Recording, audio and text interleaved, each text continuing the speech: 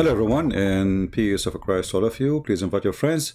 And as you see, we are coming live on air about 1 hour earlier than the time we scheduled for. Before we start, I see some Muslims have comments. You know, we will start answering comments. Like now, we have a Muslim saying, do you admit that the translation of the Arabic Bible saying the word Allah? Mr. Momani, do you admit that the Muslim translation for the Quran say Jesus, yet there's no Jesus in the whole Quran? So this is how silly they are. They are silly people. They are desperate to find the name of their God. You see, while we are denying that their God is not our God, they are desperate to say that their God is the same God. Do you know what does that mean? A person who have an honor, he will not wipe the face of his God in our shoes to say, please accept my God to be the same God as yours. They are bankrupt. Now, Momani, I have my Paltalk open. If in case you are brave to call me, feel free. Before we start, there is a guy, he was, you know, all of them, they text when I am not in the chat. The second I appear, they disappear. And this Momani is a great example. Do he dare to call me? Momani? Do you dare to call me? Do you have the courage to call me? My Skype is open. All right? If you are brave, really, if you have something to say, then feel free. A guy, his name is Zot. He said, Christian Prince, he said the Albanian, they served for Hitler. Not only the Albanian, Bosnian, Muslims in general, they served for Hitler and they joined his forces and they were #1 in the front line to capture and kill the Jews. And you can go right now and search. And this is the Grand Mufti of Jerusalem. He met with Hitler and he was a high rank. He'd been given even a rank in the Nazi army. So those ignorant who say things, you know, your ignorance speak. Then he said, Christian Prince, he said there's more than 3 billion Christians in the world. And then he say, well, you know, according to reference says there is 2.3 or etc. billion in 2015. Well, you see, first of all, the numbers you see, as an example, if we go this is the man with Hitler, you know. Where is the donkey? He said to me, where do you get this information from? Yeah.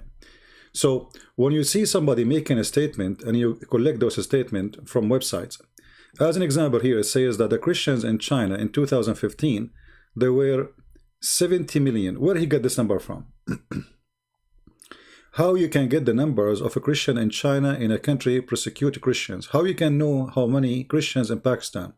How you can know really exactly the number of Christians in Indonesia? How you can know, I mean, all countries where the Christians are discriminated, there's nobody knows how many there are.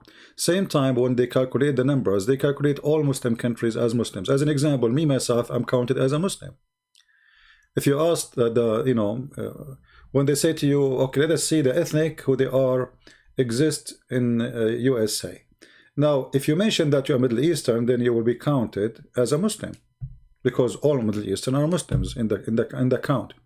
But in fact, that's not true. The biggest population of Middle Eastern in USA are Christians, because they were migrating from long time because of discrimination.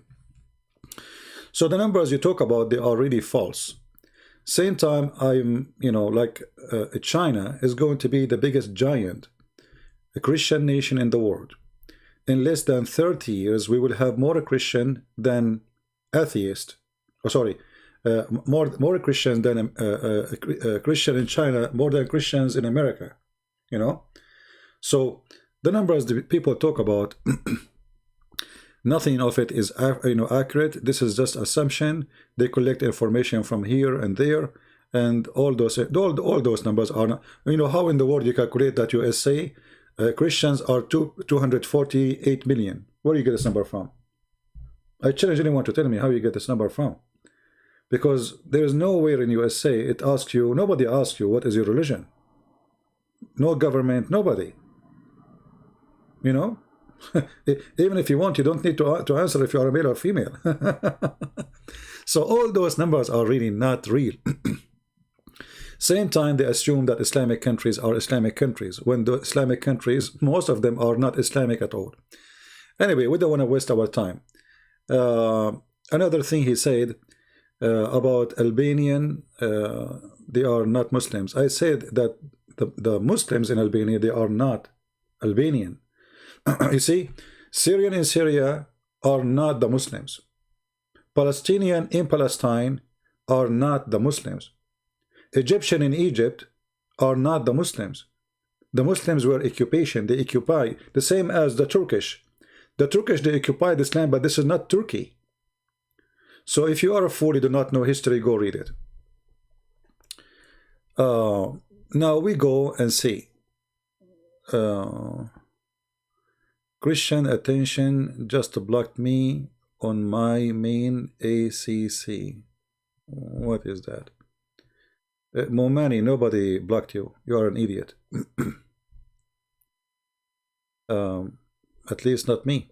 Secondly, Momani, as long you are saying attention, attention, they block me. Why you don't call me, you coward? In front of everybody. This guy, I'm going to block him because he's a kid. Why we do exist?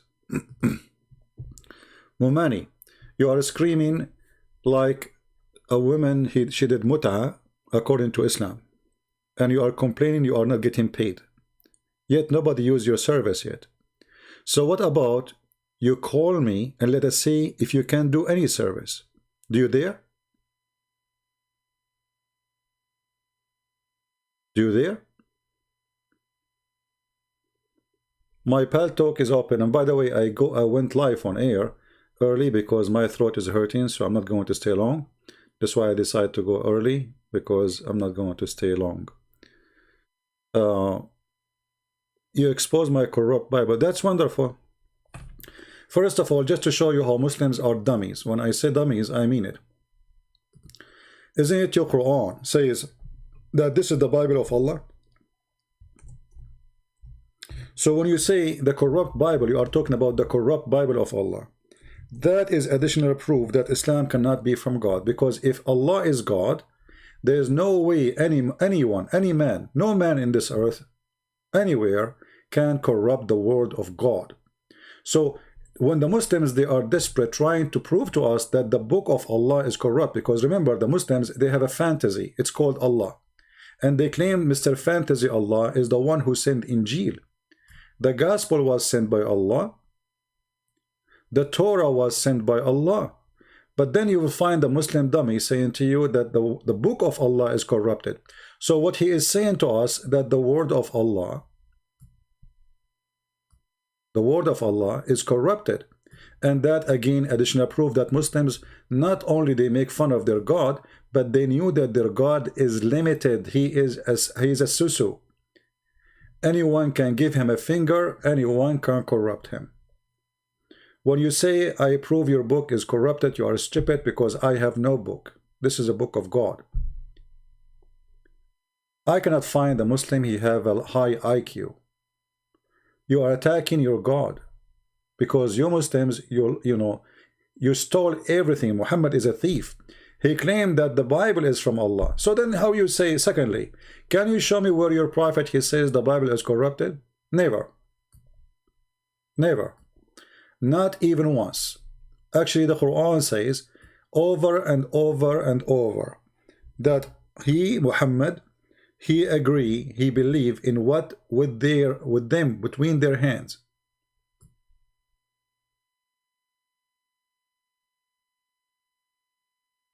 Between their hands. And this is repeated when it's come to Moses, when it's come to Isa, when it's come to Muhammad. Allah, I confirm what is with them. So when a stupid Abdul, he come to you and he have no knowledge of his book, what we can say? Laugh? Laugh at them? At their foolishness? If the Bible is corrupt, And then Allah, he says, confirming what is with them. I mean, who is the stupid here?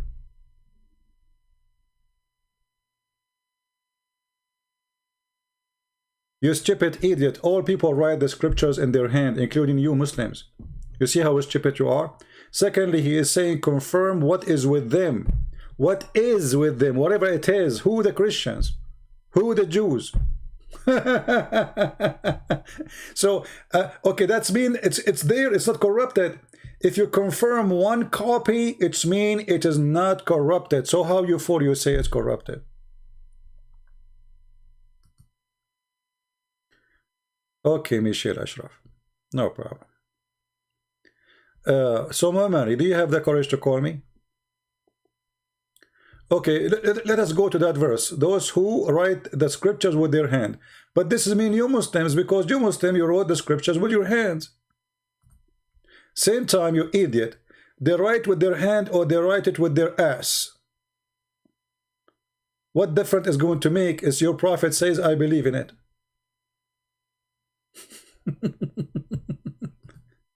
Number two, who is the one who wrote the Muslim scriptures? Who is the one who wrote? Did Allah wrote it for you? Or Muhammad, he wrote it with his bum? I don't use Zoom, you idiot. Call me in Paltalk. Just call me in Zoom. Zoom, kid. What, you want to open the camera for me in the phone and you will make the monkey dance? So look at this stupid idiot. The Quran says, Inna alayna jam'uhu wa Qur'anahu.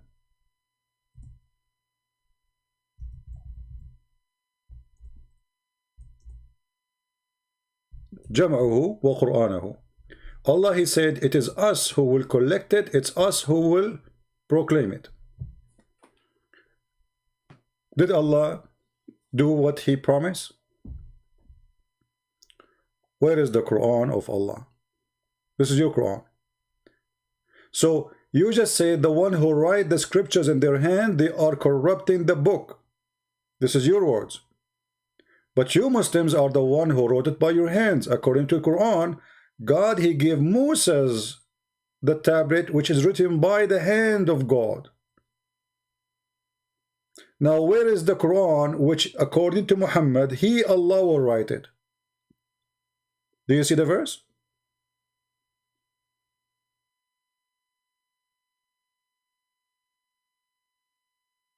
We have Mustafa Karam. How are you, Mustafa? Do you want to join us, Mustafa? Do you like to call me? Who is a Muslim? He feel like strong for today. He ate some good food and he like to call us. Mustafa, if you are here to call names and say stupid things, I will block you. If you want to debate us, you are welcome.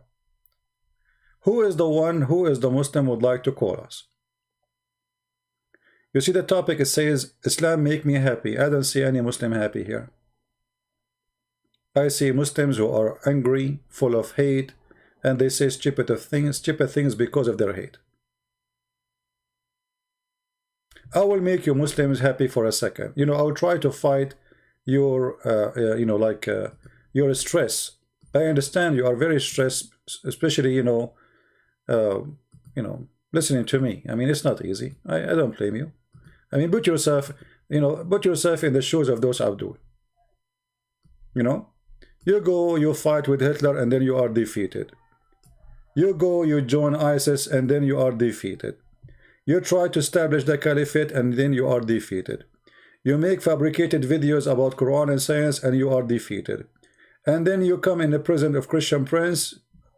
All of you are defeated. And the proof, no one of you dare to call me. Who wanna call me? May Hitler plus you. So if we go in the hadith, just to make you feel better, because you are a Muslim, you are angry all the time, just for comedy. Let me show you how Islam will make you happy. For me, it make me happy, to be honest with you, most of the time when I read the stories of Muhammad. Look what Muhammad, he said in this hadith. The messenger of Allah, Sulaiman means Solomon, the Jewish Solomon. Muhammad, he attached himself to the bum of every Jew. He cannot live without the Jews. He is the puppy of the Jews. So He went out to pray for rain, and he saw an ant lying on its back, raising its legs to the sky, saying, "O Allah, O Allah, we are a creature among your creatures. O Allah, we cannot live without your water. O Allah." Any Muslim there? Get lost, you coward. Zoom boy. You are the one who desperate. You know, the Muslim, they say to me, call me in Zoom because I don't use Zoom. If I use Zoom, they will say, call me in Paltalk. Kid. Oh Allah. Oh Allah. The ant, she said, oh Allah. Okay, we have a Muslim.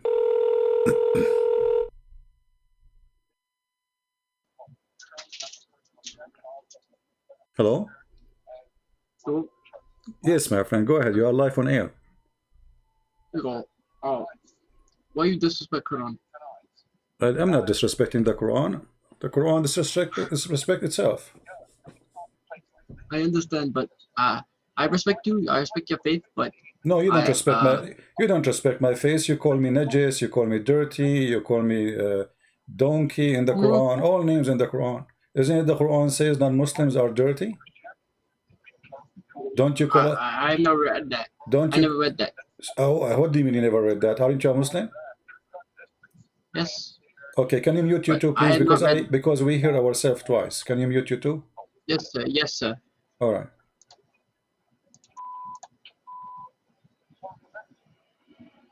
All right. Yeah. Okay, no problem. So now, so you are saying you never heard that. Why? You don't read the Quran? No. My Imam tells me what to believe, but I don't read Quran much. The Imam, he told you not to read Quran?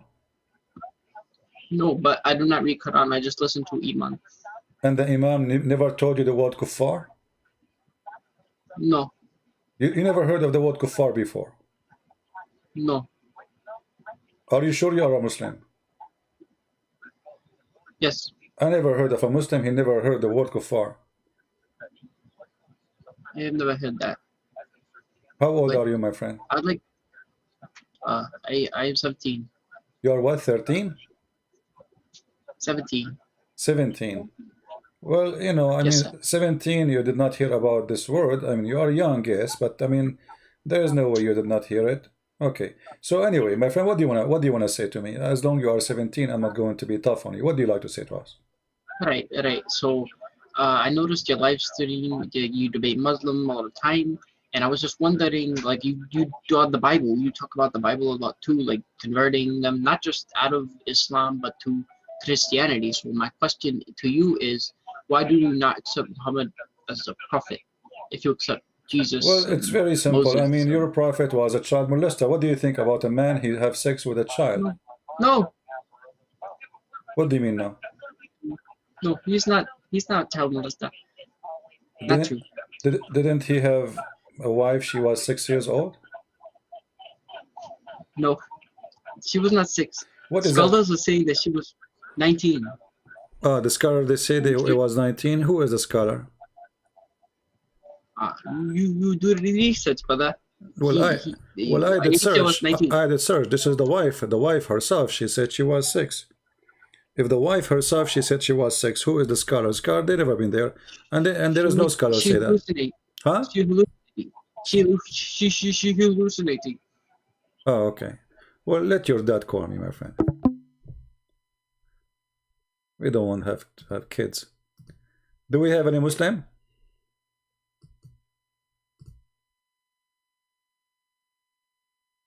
Do we have any Muslim? She is hallucinating. Yeah, all right. Okay. Any Muslim would like to call us?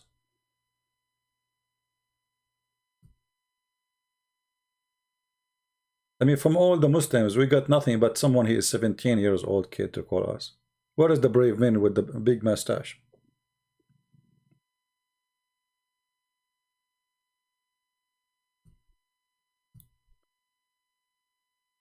Let us see. We have another Muslim, but maybe he's Shia.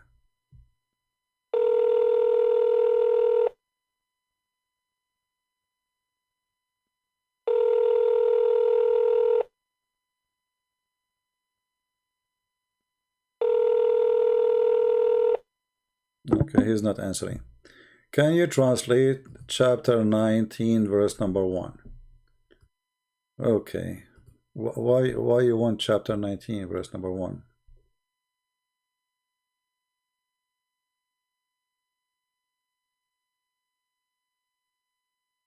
What do you mean translated?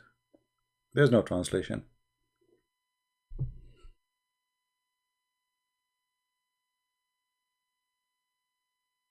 You speak Arabic?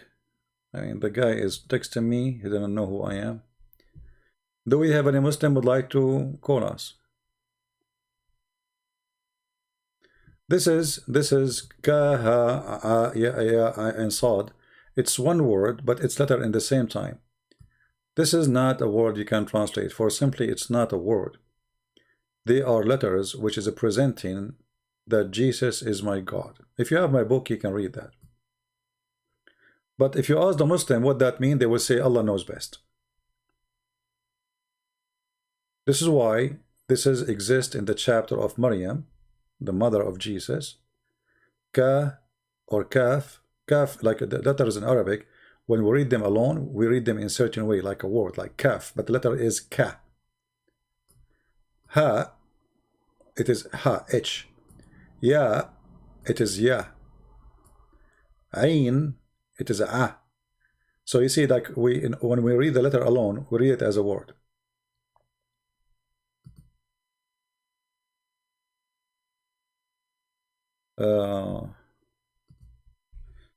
Let us see.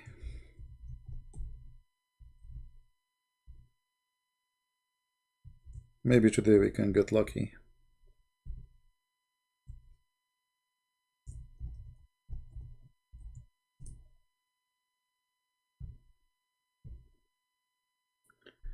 If you are a Muslim, text me. If you are not, I will block you.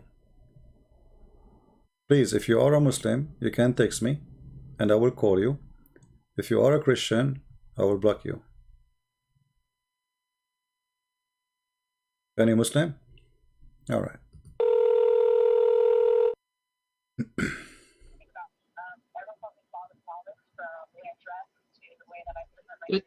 Hello. Alhamdulillah. Same kid.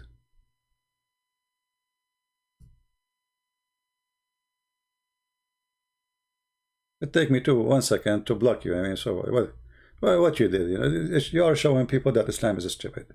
And none of you is smart enough to call us and speak like a what is this? Everybody is witnessing how silly this religion is. They cannot answer serious questions about their religion. It's a stupid cult. All what they do, they spam, they make noises. Once he called me, he fart. The other one, he called me saying Allahu Akbar. The other one, he called me saying the F word. I mean, what's wrong with this religion? We cannot find one Muslim he is mature. It's impossible, because you cannot be mature and you join Islam. Islam is not for mature people. A mature person, he will not believe for a second that there is a God. If you believe in him, he will give him endless private part. No way, you cannot be mature. A mature person will not believe that there is a prophet. He came out and he found an ant laying down in her back wearing bikini and her legs is up, and she was praying to Allah, saying to him, "Oh Allah, give me water." You cannot be a mature person. Simply you cannot. It's impossible to be a mature person and you believe in this cult. Prove me wrong.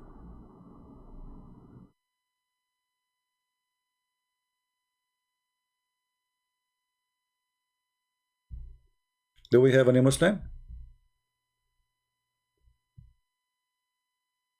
Once I was working in the beach. I live in near to the beach of Arizona, Las Vegas, next to the mall. The mall, there's a beach there.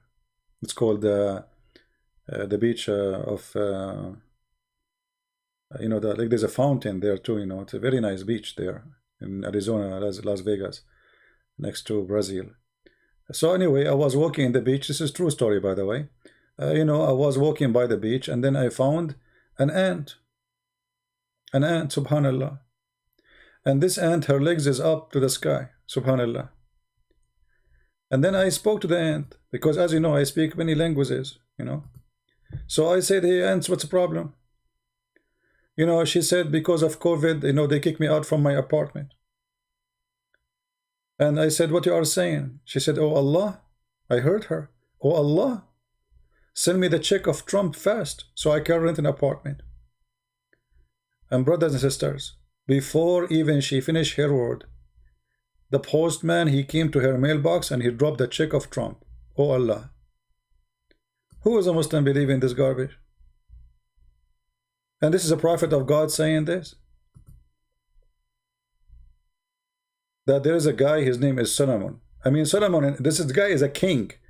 He have nothing to do in his life except go out and they check for, like what he went out to check, to pray for rain. Can't he pray inside the house? Like he have to go out.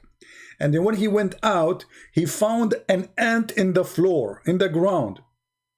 And this ant, her legs is up.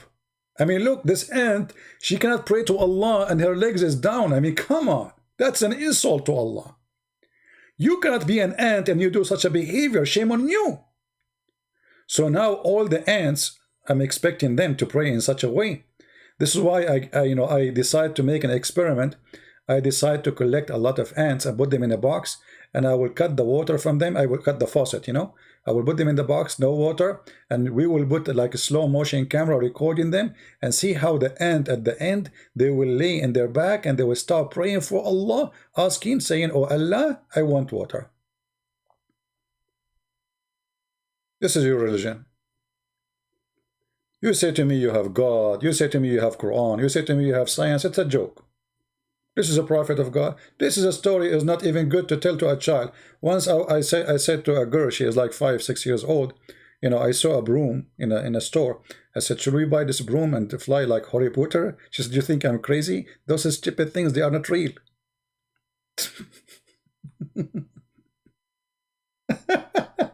Honestly, she said to me, you think I'm crazy? Those are stupid things, those are not real, don't believe them. The prophet, he flying on top of a donkey, you know, and as usual, there is no witnesses, there is nobody there. Any Muhammadan? Yeah, those Muslim kids, they keep texting me, the same kids. The same kids. We cannot find a Muslim, just to show you. Just for a laugh, you know, I will call them for a laugh. No, no, no, no, no, no, no, no, no. See, I know, stupid, you do not know, I can see his details. Stupid idiot. Do we have any real Muslim?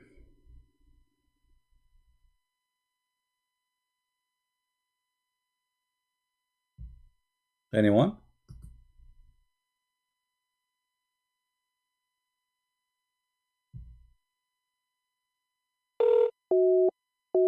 Ah, this guy is busy.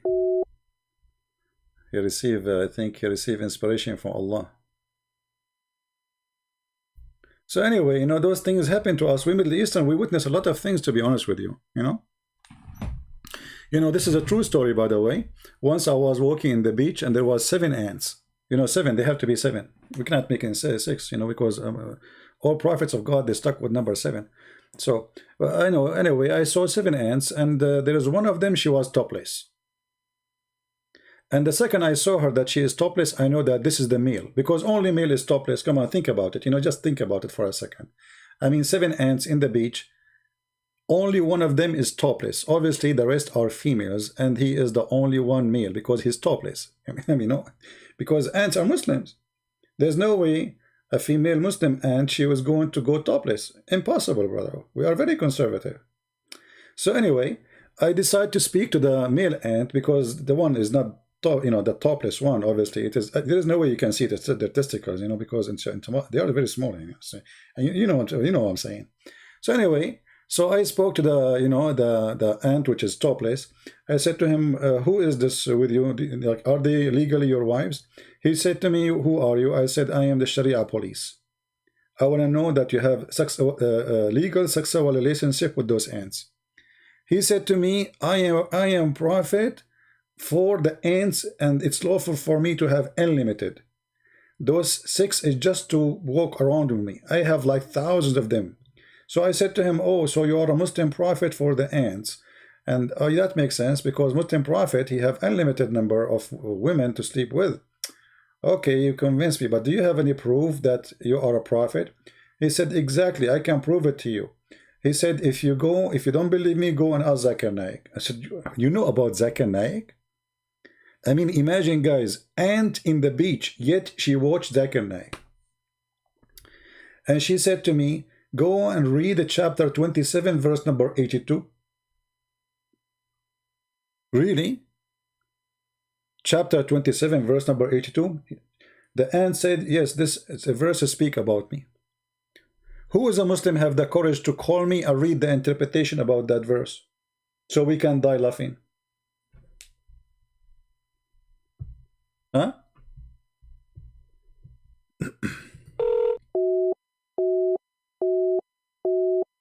This guy, he said to me, call me, and then he's busy. I think he is the ant himself.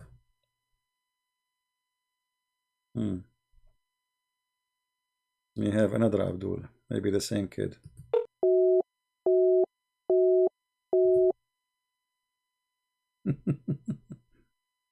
Muslim, they say to me, call me, and their line is busy. Man, what I did to the Muslims.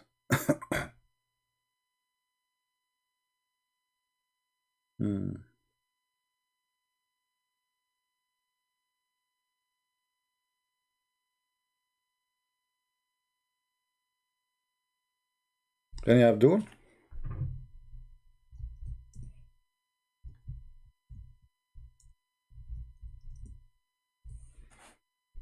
Any Muhammadan? So when I was watching the chat, there was tons of people speaking about me, against me. Liar, he is, etc. Why you don't admit that the word in Arabic Bible translation is Allah? My friend, it's a translation. It's a stupid translation, like your Quran. The word for Jesus there is not exist in the Quran. In the true Quran, there's no Jesus. So the question is the word Allah exist in the true Bible, not a translation? A translator, he can call him Buddha if you want. But this is something we don't accept. But how you yourself accept to call Jesus Jesus when Allah he call him Isa? What you will say to me? Oh, I don't accept the translation. The second you accept Jesus, we refuse Allah. If a translator he put it there, and we know why, because they are under Islamic occupation for 1400 years of ISIS, etc. We know. But you have no reason. Nobody occupy you. Why you are using the word Jesus in the Quran translation?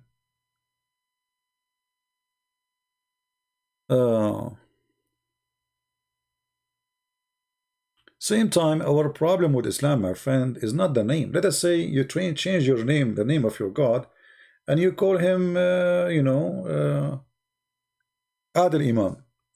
Peace upon him. Change his name. Who cares about the name? Or let us say you call him Peter, or you call him John, or you call him even Jesus. Still, your God is a false God. He does not exist. The name is not the problem. I mean, don't you see the stories? An ant sleeping in her back. This is your prophet. So, who is the one who taught Muhammad this story? Allah. I mean, be honest with me for a second. Do you think really there's a God? He have time to tell such a stupid story? If we ask Zakir Naik, who is the one who taught Muhammad this story? What he will say? Tadadin, tadadin, tadadin, tadadin, tadadin, tadadin. Christian Prince, I'm not going to answer you. How you know I'm going? How you know it's me? I know it's you because you are the only one you don't to call me when I have intercourse. What? What? You are the only one you call me when I have intercourse. You are having intercourse now? Exactly. Intercourse with your wife? Christian Prince, you are very dirty mind. I was having intercourse with the religion of Islam. You have intercourse with the religion of Islam? How you do that, man? Simply, we do intercourse, which means I'm teaching course at the school. Ah, intercourse. Ah, okay. I thought it's something else, man, because your prophet, he used to imagine himself having intercourse. In fact, he did not, so I thought you are doing the same. Christian Prince, first of all, you are not polite. Secondly, you are very rude. Number 3, I'm going to get you busted. Okay, so Zakir, you know, I'm just asking you. I mean, there's just a simple question. Maybe you can answer us, you know. What do you think about this story? Who is the one who told this story to your prophet about the ant sleeping in her back and praying to Allah? I mean, what happened exactly? Christian Prince, Allah informed the prophet. He told him all the stories. Zakir, I have a question. I want to know why you squeeze yourself when you want to say something. Like, is your mouth is something? I mean, this is squeezing. It sounds like there is struggle. You know, you are trying to push it out. Exactly, and this is why I'm going to get you busted. First of all, Allah he told the story to Prophet Muhammad, and he told only executively. What? Executively. What? He told him only the story executively. So you are saying that Allah he told the story only to Prophet Muhammad. Exactly. This is why you see Prophet Isa did not know the story. Every prophet did not know the story. Nobody knows the story except Prophet Muhammad because Allah told him the story exclusively. But I mean, why Allah he saved this story to Prophet Muhammad? Because it's a big story and have a deep meaning, spiritual meaning that all animals created they pray for Allah. And Allah, he told Muhammad this story because it's very deep. That's a very deep, man. I mean, we have to admit, you are right. So Allah, he told Muhammad this story. How come we don't have it in the Quran? Christian Prince, not everything Allah, he said in the Quran. Huh? Not everything Allah, he said in the Quran. Are you serious? Exactly. So Allah, he said this, and it's not in the Quran. So how you say the Quran is preserved? Isn't it the Quran is the word of Allah? Exactly. But you just said that the one who said this is Allah. So how come it's not?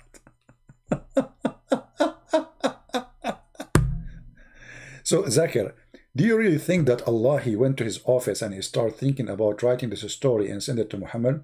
Christian Prince, this story already written, and Allah he put it in his tablet. Allah have a tablet? Exactly.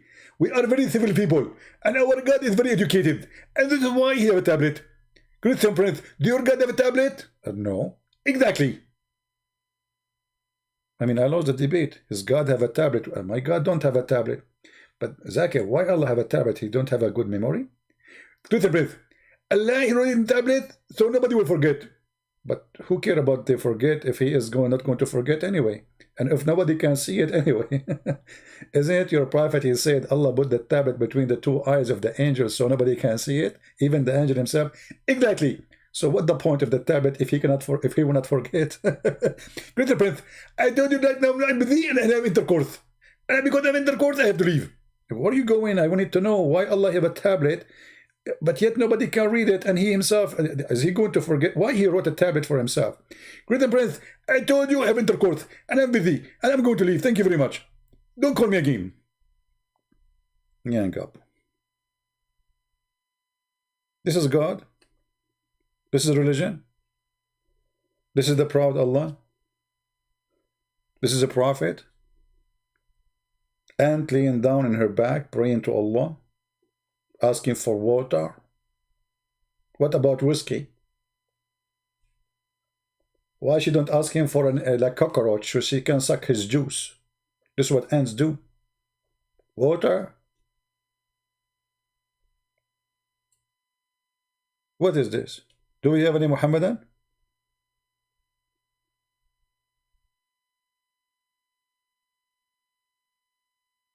Any Muhammadan? When I finish talking and we hang up and we go, and then you will see how many brave hero You know, they are a Christian Prince. I challenge you, Christian Prince. Let us see this guy. He said, call me, but he's always busy.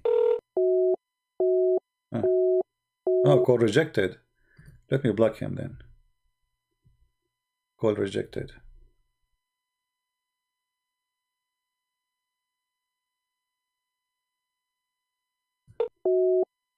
Okay. A joker. Let us block him. Who is a Muslim would like me to call him? If there's anyone, just text me please in Paltalk, and I will be happy to call you back. We can have a nice conversation. I mean, don't worry. Be happy.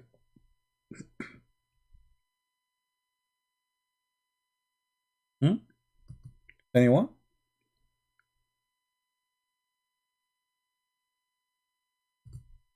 Anyway, I did not finish to you the story about when I was on the beach and I saw 7 ants, and one of them, she was topless, and then I noticed that there's one ant, she have a broken leg.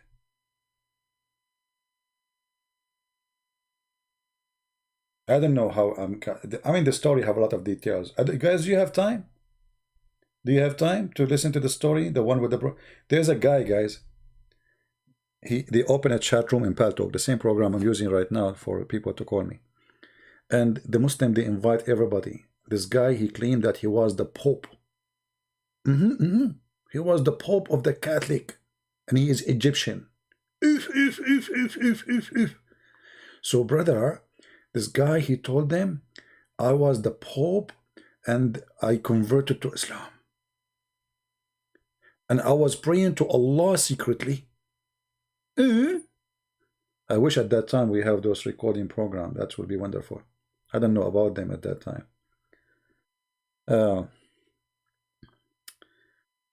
And the Muslims saying Allahu Akbar, Allahu Akbar. The room is boiling, man. Chat room is full of people. And then they said, and then once they opened the door on me, and I was praying to Allah. And that's it. They discovered that I became a Muslim. So they jailed me, and they put me in a private room. And every day they take me out, and they order 7 lions to turn their back to me, and they beat me with their tail. And the Muslim in the chat, brother, may Allah bless you, brother, for the pain you suffer for Allah, brother. May Allah, may Allah give you good deeds for this, for your patient, brother. Those filthy Christians, they did that to you, brother. May Allah kill them, brother. And yeah, and and the admin keeps saying, guys, don't forget at the link there, the donation, please, brother. The donation, brother. And then, brother, they jail me and they put me in the private room and they lock it in many locks, like 7 locks.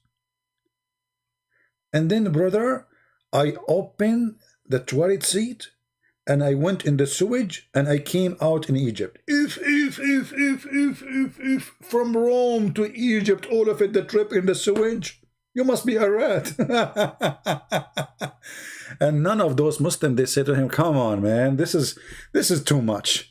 I mean, come on, your lie is so big. A pope, an Egyptian pope for the Catholic of Rome, which never happened. A pope, and he speak Arabic, and he don't speak any other languages, and they beat him. And not only that, he said there was 7 lions, and that's why I remember actually the ant, and an ant, her legs is broken.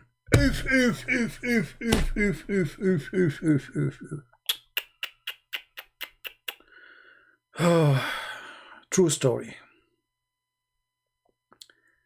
So if you are wondering why they believe in such a story, those people, they tell them any story. As long as you are sponsoring Islam, they support you. Just make up any story.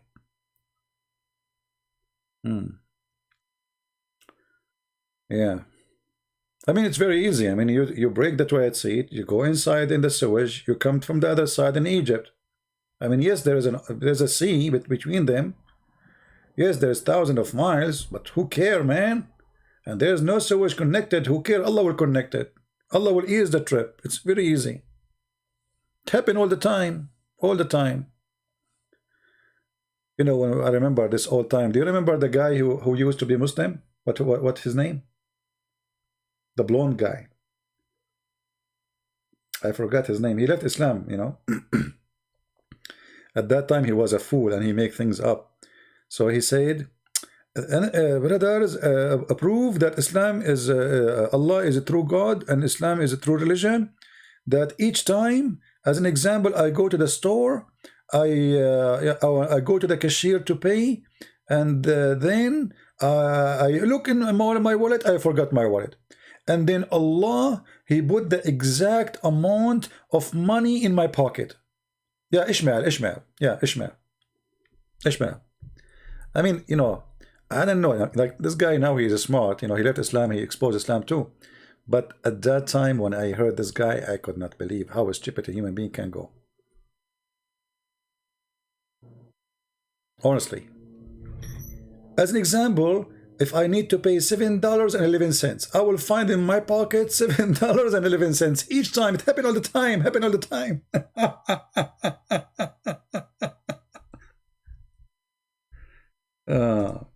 I think I have still the video on YouTube. Let us see if we can find it. I mean, I don't know. The second when you are a Muslim, you are hilarious.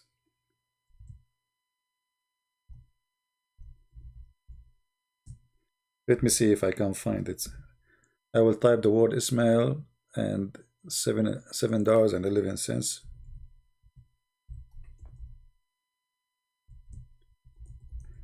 Maybe we can find it. You know, always I look back on time, and then, I mean, it's really amazing how people they say those things when they are Muslims. I mean, what happened to this guy? This guy is not really. I mean, how you go out of your mind and you say such a stupid things like this? Yeah, I don't know if I can find it. I mean, it's impossible to find a video of mine.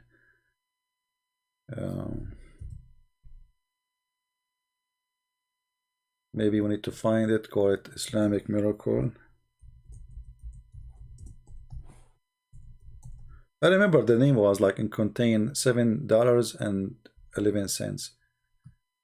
$7. Yeah, it happened all the time. All the time it happened. Each time here we go, I found it.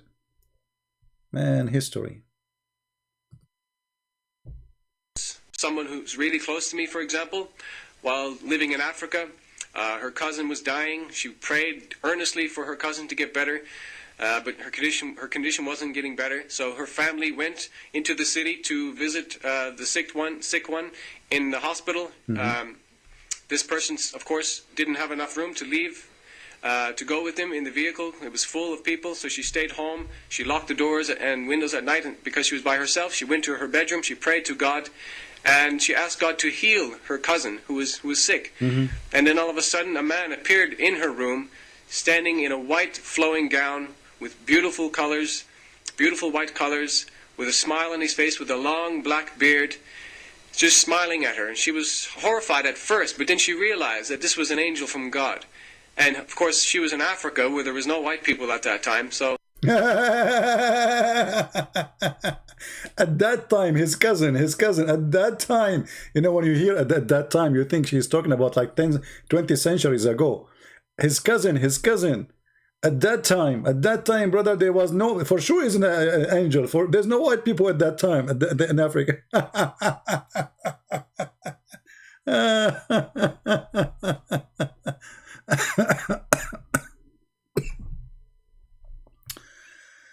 Oh boy. Yeah, I found the video. And then he says, I don't want to play my voice making comment about the stupid things. Because they get... Let us see. And they live... I'm trying just to find where he says the $7. And this... Come on. He cannot sleep. I'm just forwarding the video. Maybe. And then, so I just pray a little prayer to God. Checkout line, that pocket money, change, bank card with me. About what this guy is trying to say to us about more miracles. Let us see. and I don't have enough. I forget, for example, to take my bank card with me, and I've only got some like small money, pocket money, change, and a few bills in my pocket. I go to the supermarket, and then I realize when I'm in the checkout line that I forgot my bank card or my credit card, whatever it may be. And then, so I just pray a little prayer to God, please let me have enough money for all of these groceries, Lord, Allah. And then all of a sudden, it happens to me that I have the exact amount of change in my pocket. The exact amount of change. You go to the Walmart and you don't have, you forgot your wallet, you forgot your credit card, and then you don't have money. So you pray to Allah. And then Allah, He will put in your pocket the exact amount of the money. I mean, who need to go to work? Who need to go to work? I mean, Muslims should not be dying from hunger in Somalia. Just say Allah, and the exact amount of money you need, Allah will send to you. Card, or my credit card, whatever it may be. And then, so I just pray a little prayer to God, please let me have enough money for all of these groceries, Lord, Allah. And then all of a sudden, it happens to me that I have the exact amount of change in my pocket as I need to have to buy the groceries. It happens to me all the time. Say, for example, it's $7.11. That's exactly the money I have in my pocket when I pray. As an example, $7.11. This is why I was able to find it, actually, because I remember I made the video with such a title. And this is the video, if you like to save it. This is an old video, you know. Very old video. Now this guy, he left Islam, actually. You know, look what happened. This guy, he went, I think, to Saudi Arabia, and he learned Arabic very well. And he came and he started getting Islam busted. They did fool him almost for 10 years, I think. You know?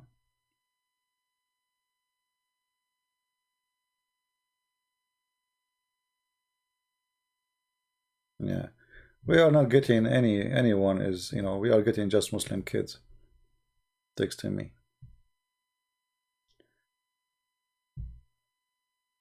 Truth about Islam. Check your Paltalk. What I check my Paltalk? I have nothing in Paltalk. Truth about Islam. I don't know what they mean.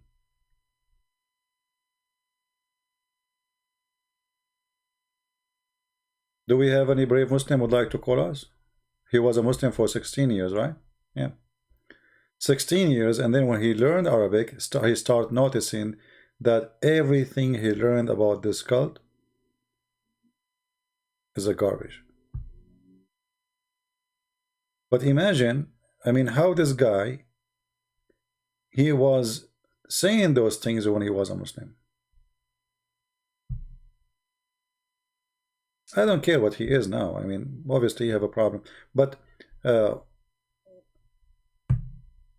when it is the second you convert to Islam, there is something wrong.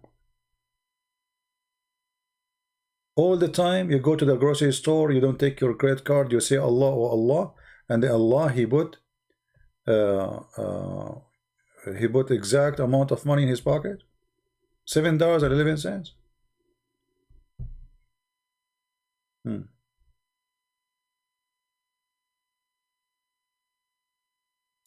Did you read how Krishna came? No, Mustafa, I did not. Do you want to call me and tell me?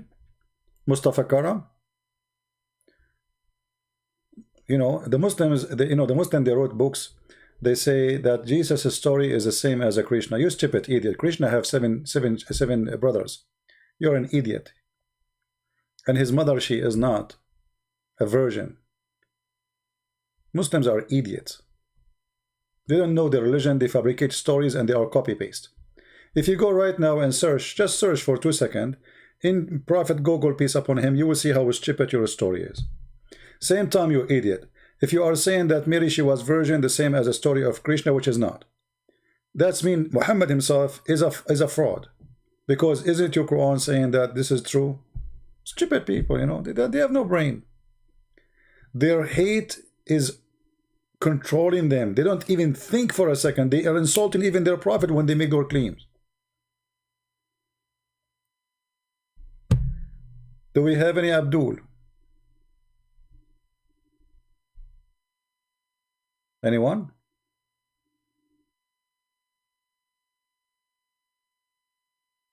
Do we have any Muslim? You see, by the way, if you call me and you debate me, you can imagine how Allah will increase your deeds in the heaven, which mean will increase the number of women in your bedroom. Don't you want to have that? Don't you want to have a power like Prophet Muhammad, the power of 4,000 men in bed?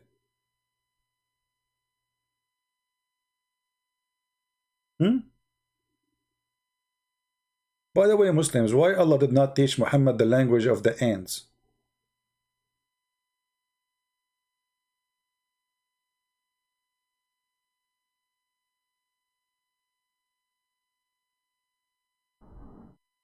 Bahibak? But Bahibak mean I love you. Why somebody is a Muslim call himself Bahibak? Let us see.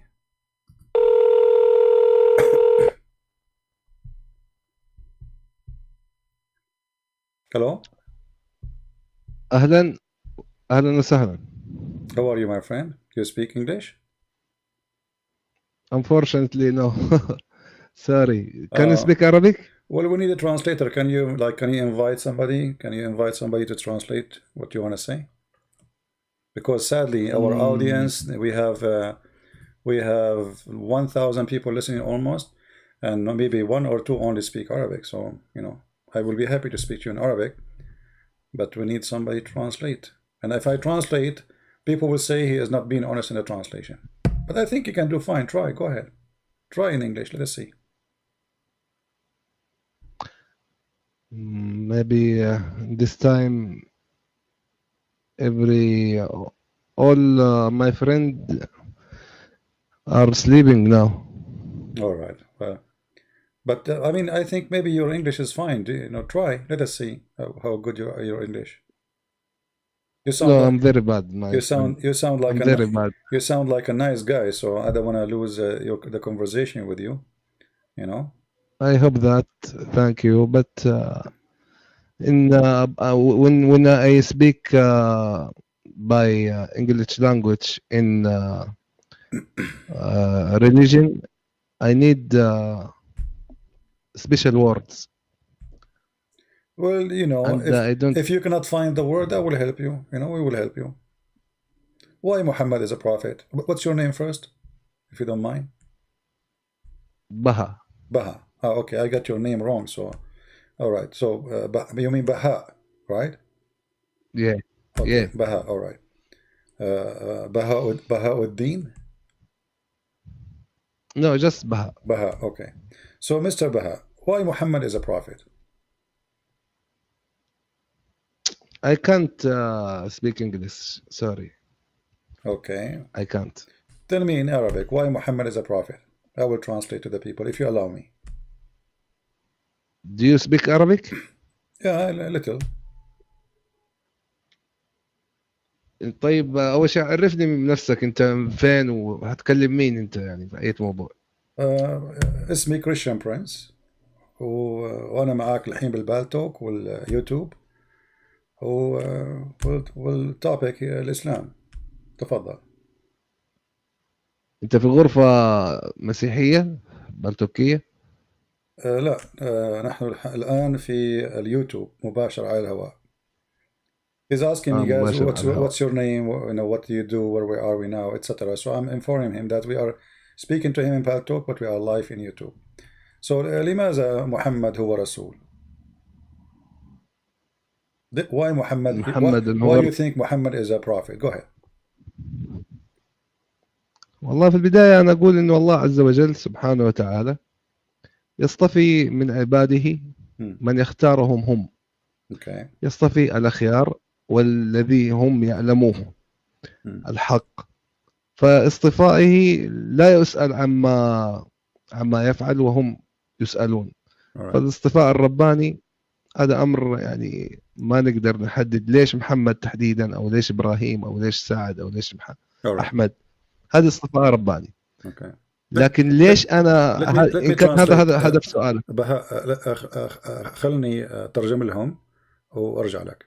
So guys, I ask him why Muhammad is a prophet. He says Allah he choose as he wish, and we cannot ask Allah why he chose Muhammad. He chose whatever he want, and Muhammad was chosen. Okay, سيد بهاء تفضل. لماذا محمد هو يعني نبي الله اختاره على أي أساس؟ الاختيار يعني القرآن. نعم. القرآن يقول على سبيل المثال أن وامرأة وهبت نفسها للرسول. So I'm saying to him, guys, okay, Allah he chose him, but the Quran said that a woman she give herself to the Prophet. امرأة وهبت نفسها للرسول. ما خص هذا بكونه رسول؟ يعني لماذا يرسل الله آيات قرآنية تقول امرأة وهبت نفسها؟ ما علاقة النساء في السرير مع محمد بالله ودين الله؟ تفضل. What is the relationship between the verses saying any woman she can give herself to the Prophet so he can sleep with her, between that and Allah? What is the business of Allah for this? Go ahead, Muhammad. Or Baha, sorry. Okay. الله عز وجل سيد الكريم أحيانا يأتي بقصص للنساء وللحيوانات وللأطفال وللحروب وللأمور ولجميع هذا. المقصد منها مقصد تعليمي لنا ومقصد تشريعي.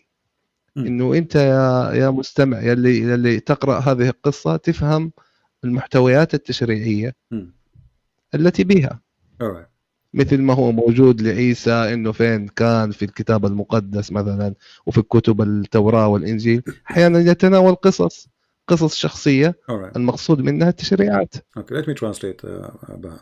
So guys, he's saying the purpose of those stories is to teach you things and to teach you the religion and the law. But I'm going to say back to him now, and I will say it to him in Arabic, but I will say it first in English, as long as we are speaking English now. The question was, what the connection, what is the reason? Because this is just a privilege for Muhammad to sleep with women in limited number. يا بها الآية تقول وامرأة وهبت نفسها للرسول. ما الهدف التعليمي بأن تأتي امرأة أو نساء ويذهبون إلى رسول محمد؟ ما هو الهدف التعليمي التشريعي؟ وهي خاصة بمحمد فقط. محمد ليس بأعزب، محمد متزوج بالعديد من النساء، فلماذا يقول الله وامرأة وهبت نفسها للرسول؟ ما علاقة الله بالجنس بين محمد والنساء? So what the connection between Allah and the sexual relationship of Muhammad? Muhammad, he's a man, Allah is a God. Why the God? He say any woman she can sleep with the Prophet. What is the purpose? Go ahead, Abba. تفضل. المسألة سيد الكريم، المسألة جاءت سياقة تاريخية إنه فعل حصل. So it's not from Allah? أنا ما Guys, he's saying this is just a historic thing. That something happened. But my friend, what historic thing? كيف يكون تاريخي وهو أمر من الله؟ الله قد شرع لمحمد وليس محمد من شرع على الله. يعني هو لم يحصل ثم قال الله افعل كذا. الله قال افعل ومحمد ثم بعد ذلك محمد فعل. فكيف يكون تشريعيا من أجل بهدف الجنس؟ محمد متزوج لديه زوجات عديدات. So how this is Allah from God and the purpose of it is only Muhammad is sleeping with as many as he wish. Go ahead. والله أنا أحس إنه كده حوار ما حيستقيم، لأنه يعني أنا بتكلم جملة وأنت بتروح تترجمها بطريقة وما نعرف حتى وجه الإشكال في الآية. الله بيذكر شكل تاريخي، بيذكر لك قصة إنه امرأة وهبت نفسها. فين الإشكالية في السرد؟ وهل يترتب على هذا الأمر إنه الله ما له شغل؟ أنت فاهم موضوع كيف؟ يعني ما أدري. Guys, he said to me, I'm translating as I wish. So if you speak English, translate. If you do not know, then bring me somebody to translate. You know, this is what Muslims they do always. They complain. Secondly, he says, okay, well, Allah, he is the one who make it for him, and about a woman, she offer herself. What the problem? This is history. My friend, it's not history. Any woman, she can offer herself the Prophet. This was a privilege to Muhammad. هذه كانت هدية من الله لمحمد خاصة بمحمد وليس بالمسلمين. أي امرأة تهب نفسها بدون مهر بدون ولي بدون أي شروط للرسول لكي ينكحها الرسول وتقول لي يعني ما خاصت هذا بهذا؟ كيف يكون رسولا متفرغا للعبادة ونشر الدين، ثم نأتي بآية وتأتي عائشة وتقول إني أرى ربك يسارع إلى هواك يا محمد. عائشة اكتشفت أن محمد يفبرك الآيات ويدعي بأن هذه آية من الله، ولهذا قالت عائشة إني أرى ربك يسارع إلى هواك يا محمد. I will translate what I said to the people.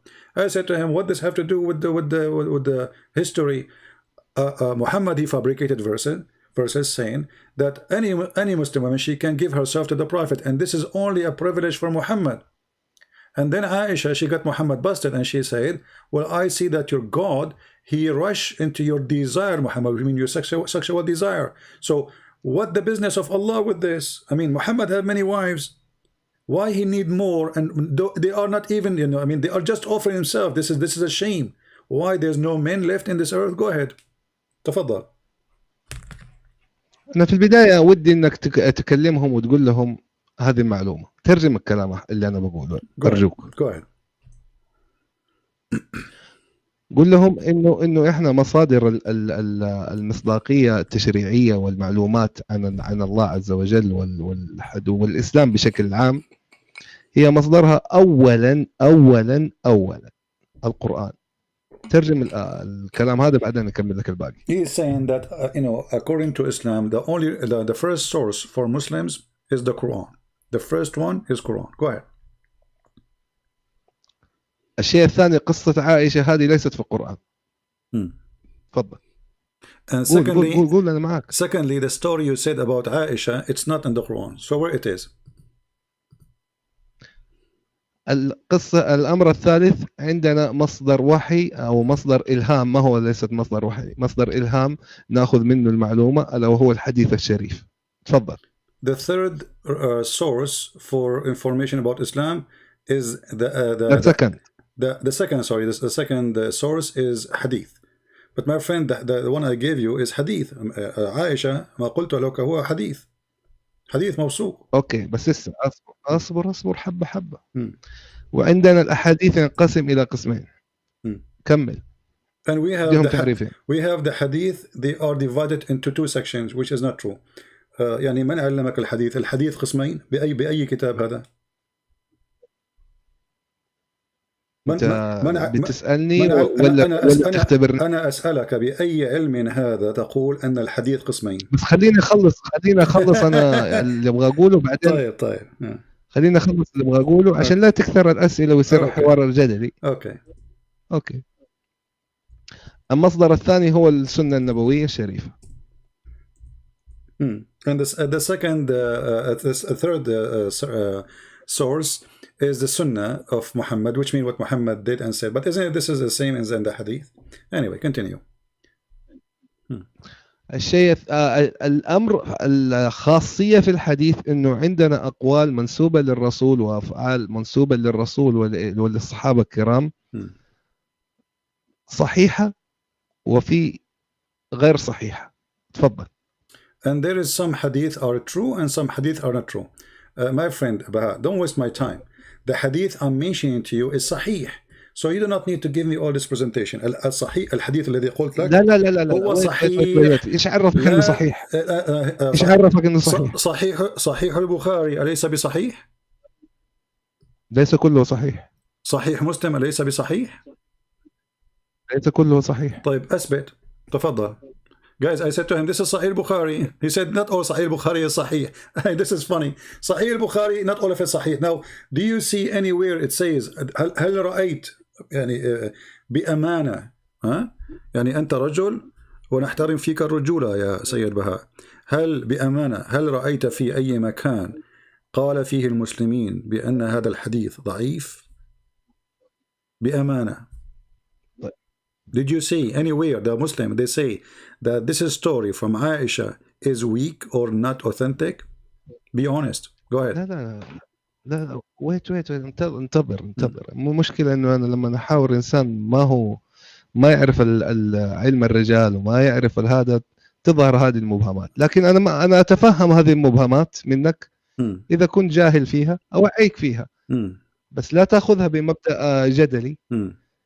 اوضح لك اول شيء يا انه سيد بهاء، الحديث يا هذا سيد اللي بهاء، يا سيد بهاء، أنا معي شهادة في الشريعة الإسلامية، في القانون الإسلامي.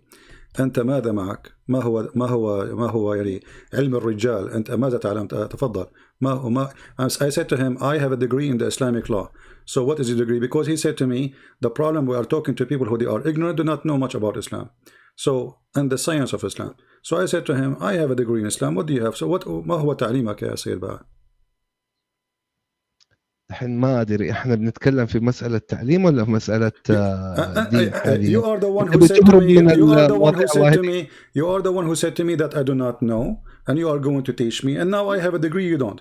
So now I'm asking you, honestly, do you مشكله كبيره. have any proof? Do you have any proof that this hadith in front of us is not true? هل لديك أي إثبات؟ يعني بدون مماطلة ومجادلة وكلام يعني لا يضر ولا ينفع. هل لديك أي إثبات؟ سيدي انت لا ترجم الكلام اللي تبغاه. دقيقة عشان تكون إنسان، أسأل الله أنك تكون على حق، أتمنى أنك تكون على حق. لا ترجم الكلام اللي تبغاه، والكلام اللي ما تبغاه ما تبغى لا ترجم. I translate everything. قول الكلام اللي أنا أقول. And people are my witness. You can download the video and you can give it to your friends. I translate everything. He said to me, guys, please don't translate the one the word you like, and the word you don't like, you don't translate. I translate everything you said. I'm asking you. أرجوك. I'm asking you. ترجم لهم الكلام اللي أقول لكم. I just did. Don't complain, my friend. Don't make me hang up on you. And then I say, okay, when you get somebody to translate, call me. Because you are complaining, and what I can do. So, do you have a proof before you go? هل لديك إثبات بأن هذا الحديث الذي أنت ادعيت قبل هذا أنت لا تخليني لا تقطع لي. قد ادعيت باطلا وبهتانا. قد ادعيت باطلا وبهتانا بأن هذا الحديث مفبرك.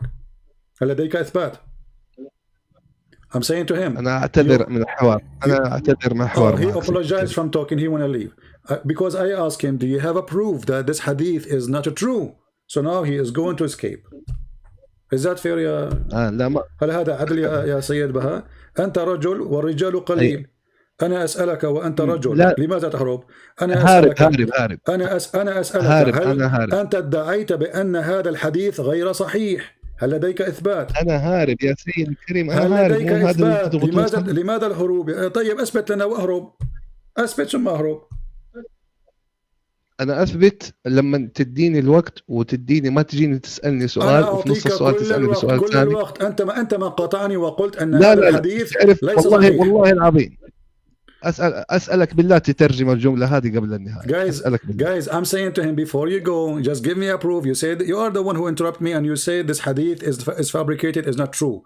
And I showed. لا. يا سيدي بتكلم معاك أنا دحين رايح عندهم. Okay. So is this hadith? أسألك بالله تترجم الحديث التالي. Okay, let's make it clear. هل هذا الحديث صحيح أو مفبرك؟ أسألك بالله إنك تترجم الكلام اللي أنا أقوله الآن. لماذا لا تريد؟ Guys, I'm keep asking him, is this hadith is true or not? He refused to answer. He don't want to answer no more. Before he said it's fabricated. Now he don't want to answer no more. Why? Because it's embarrassing. لماذا لا تجيب؟ يعني ما المشكلة؟ لماذا ما تعطيني وقت الإجابة؟ أنا تفضل. هل يعني ليس هناك يعني إما أن تقول أنه مفبرك وتثبت، أو تقول أنه صحيح، انتهى الموضوع. هل هو صحيح أم مفبرك؟ إذا قلت مفبرك أعطيك كل الوقت. If you say this is fabricated, I will give you all the time to prove it. If you say this is true, that's mean we agree both of us. There's no need, and you continue. Go ahead. هي المشكلة عندك إنك تبغى إجابة بإيوة أو لا بدون تفصيل في هذه المسألة. وإن حاولنا نفصل لا. أنا أريد إجابة ثم فصل. الإجابة ثم فصل. He's saying, guys, the problem that you want either yes or no without details. I said to him too, no. I want yes or no, and give us the details. I did not say I don't want details. No problem. Give us the details. But either you say to us yes or no. جميل. أوكي. هل لازلت تضرب امرأتك؟ ترجم الكلمة هذه. He is saying to me, do you still beat your wife? I don't beat my wife. Your prophet he did. And you Muslims beat your wives. تسألني هل تضرب امرأتك؟ نحن لا نضرب النساء. لا. هل لازلت لم أقول لك. شوف حتى أنت في ترجمتك أخطأت. أنا قلت هل لازلت تضرب امرأتك؟ Yeah, he said, you say me, do you still beat your wife? Right? Okay. So why are you asking me this? What does this have to do with our topic? هذا السؤال اللي إجابته إن جاوبت خطأ فأنت مخطئ، وإن جاوبت نعم فأنت مخطئ. أولا أنا لست متزوج، يعني فإن قلت نعم فقد كذبت، وإن قلت لا فقد كذبت أيضا، فأنا لست متزوج أصلا. I'm saying to him, first of all, I'm not married, so if I say yes, I beat her, I am lying. If I say I did not beat her, still I'm lying because I did not marry yet. So I mean, what does this have to do with our topic, my friend? ما علاقة هذا السؤال الغريب العجيب بالحديث? What is the connection between your question and this hadith? It is in your Quran in chapter 4 verse 34 في سورة النساء، سورة النساء الآية 34 تقول تجيز لك ضرب النساء. ضرب النساء في الإسلام جائز ومشجع عليه. جميل. أنا أسألك ما علاقة هذا، ما علاقة السؤال بهذا؟ I'm saying to him, this is in the Quran. It says you can beat your wife. Why are you asking me? He want to change the topic. That's it. You know, this is what Arab people do. You ask him about potato, he answer about tomato. نسأل العرب عن الطماطم فيردون عن البطاطس. أنا أسألك عن حديث عائشة، وامرأة وهبت نفسها للرسول فقالت له إني أرى ربك لا يسارع في هواك يا محمد. أنت قلت هذا الحديث غير موثوق. أثبت. ترجم الكلمة هذه اللي حقولها أرجوك. ممكن؟ He's saying to me, guys, please translate what I'm going to say. Go ahead.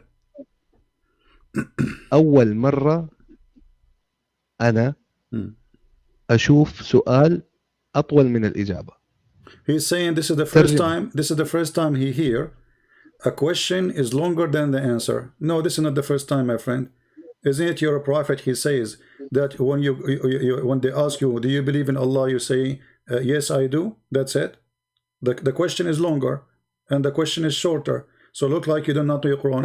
ليس قد ذهب وولى حلق مع الريح. He ran away.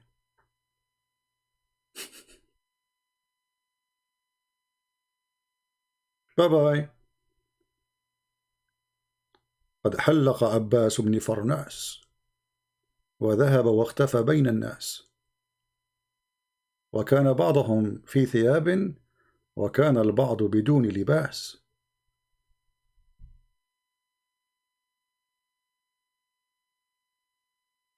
He ran away.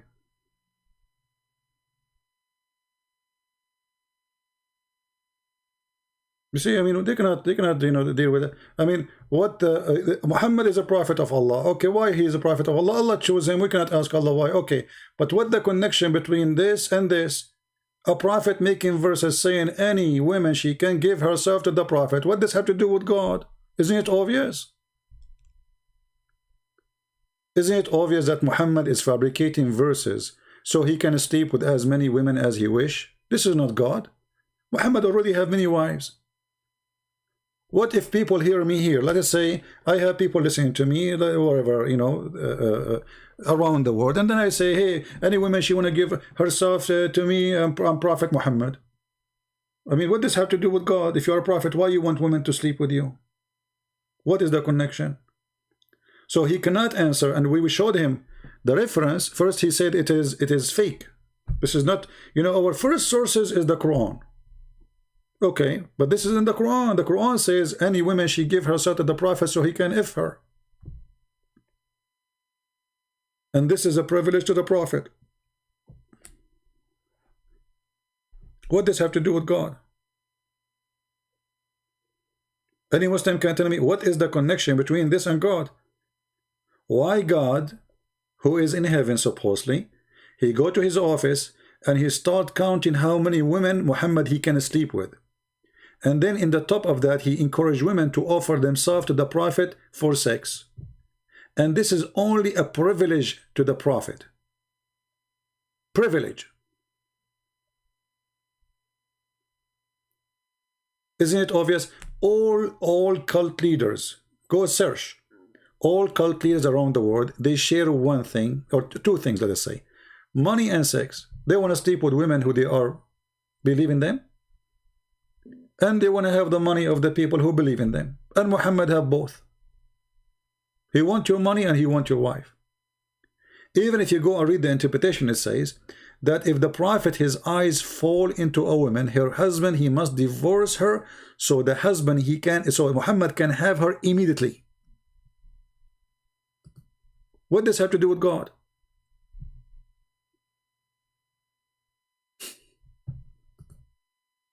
You know what I mean? What does this have to do with God? Who is a Muslim can tell me what is the connection? How this can serve Islam? How this can serve Allah? Muhammad is sleeping with more women.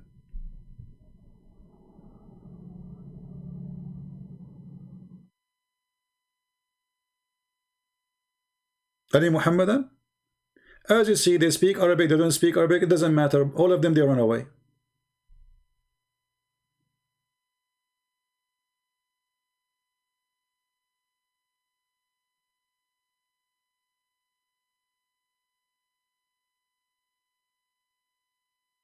Do we have any Muslim? And the funny is, you know, like I told him, okay, go find a friend for you to translate. He says, I don't think you are translating. He don't, you know. They love to play victim. They love to play victim.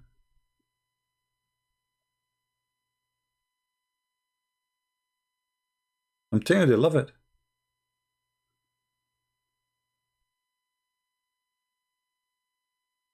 If we are Zakir Naik, why Prophet he may receive those verses from Allah?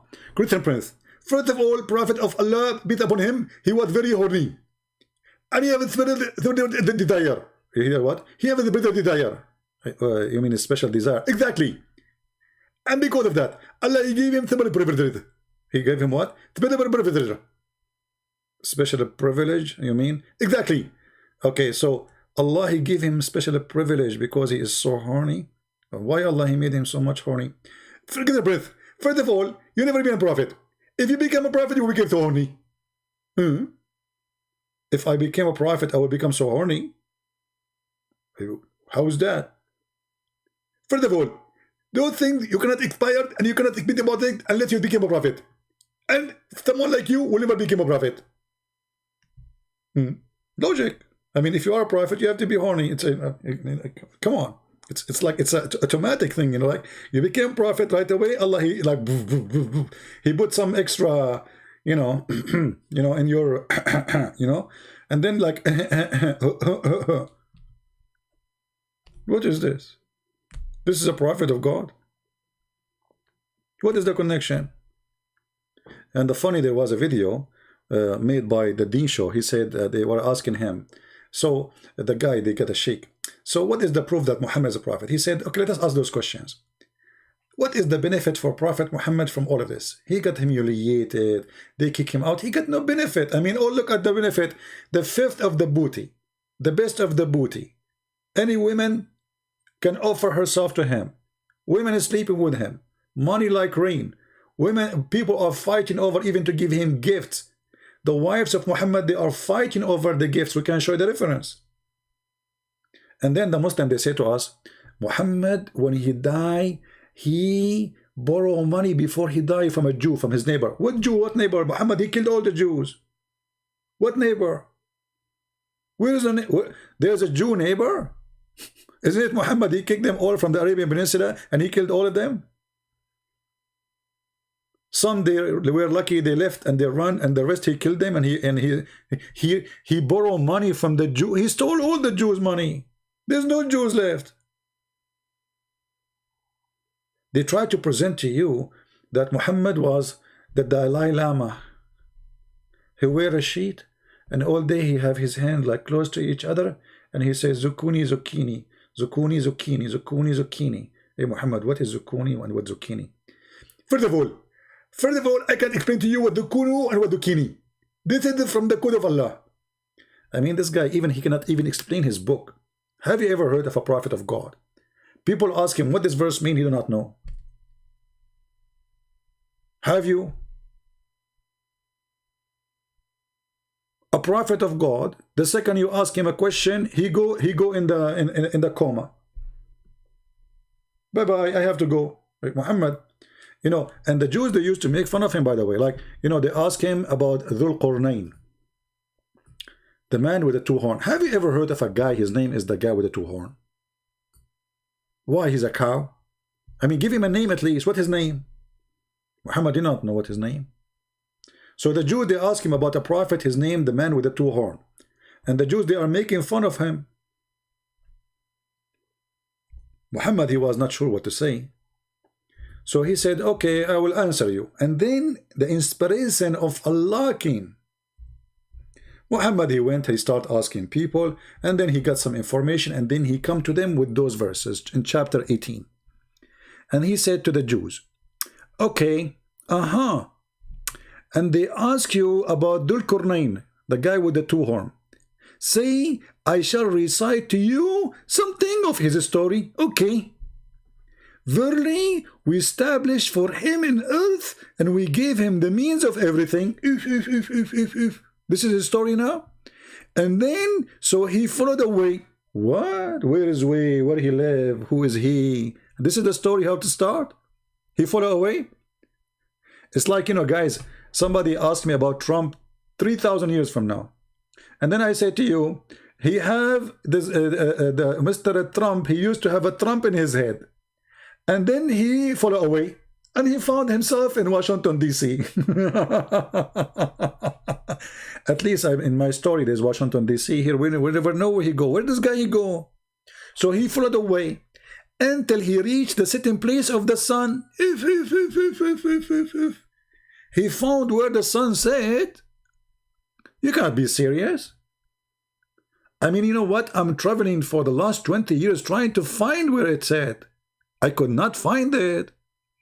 And look how easy it was for Dhul Qarnayn. He keep going, driving, and then at that time they don't have driving. Come on, don't lie. Hi, Christian Prince. Come on, don't fabricate things. Hello. You know, Christian the Great, he don't drive. He used to take a dragon, you know, a horse. So dragon, and then the brother, he arrived where the place, where the sun, there's a place. Yeah, there's a place. That place is very, now it's known. Before it was not known. Because Dhul Qarnayn discovered it. So he arrived where the sun set. And he found it sitting in a spring of muddy water. That's deep.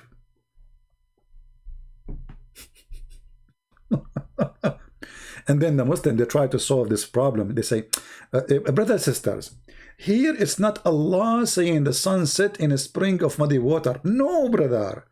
Allah is saying that Dhul Qarnayn, he thought it set in a muddy, where he thought, where anyone, do you say, it says he, Allah is talking, it's not even Dhul Qarnayn. Allah telling him what he found. He found it. It's a find. It's not he thought. But because now it's very embarrassing, so we have to come with all excuses, otherwise the Quran, all of it is a joke.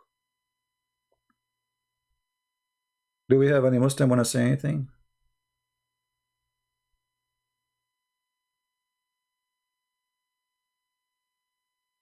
Somebody saying, Mustafa Karam, he's saying, CP, can you prove your religion to be true? My friend Mustafa, you Muslims, you prove to me that my belief is true. Do you know why? Because you're desperate trying to make me believe that my God is your God. If my religion is not true, so why you are desperate trying to say to me all the time, the same God, we worship the same God. So you see, we Christian, we say, no, we don't worship the same God, which means you already in your heart, you believe that we have the true belief. Otherwise, you will not kiss my shoes asking me to believe and accept that the same God is our God. Correct, guys? It is the Muslims who chase us saying that we should believe that we have the same God. When we say no to them, no, we don't.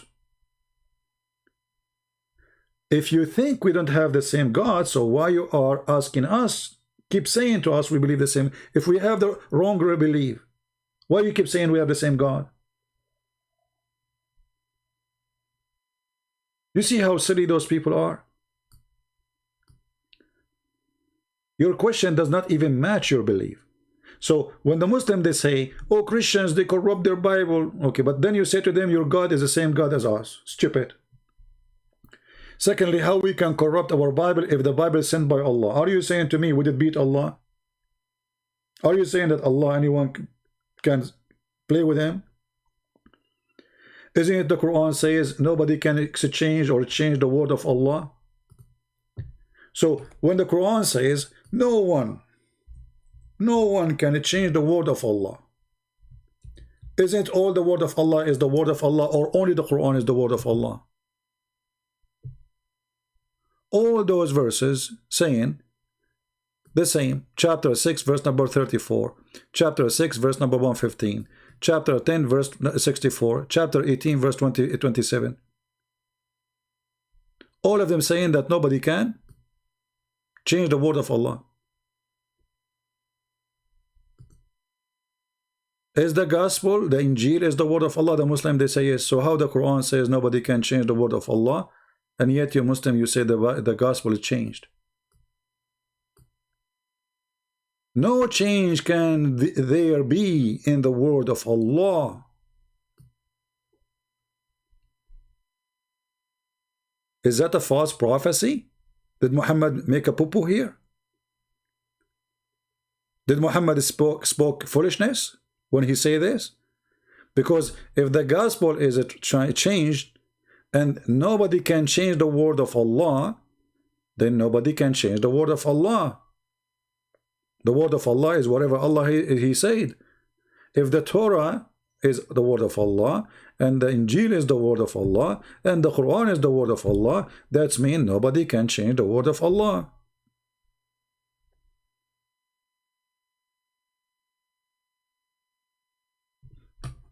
Mustafa, why you don't call me my friend? You speak English very well, and maybe better than me. As you see, my English is broken. Who is a Muslim would like to call me? We just have a phone conversation with the Muslim Abdul. He's a Muhammadan, and you know, he took the highway.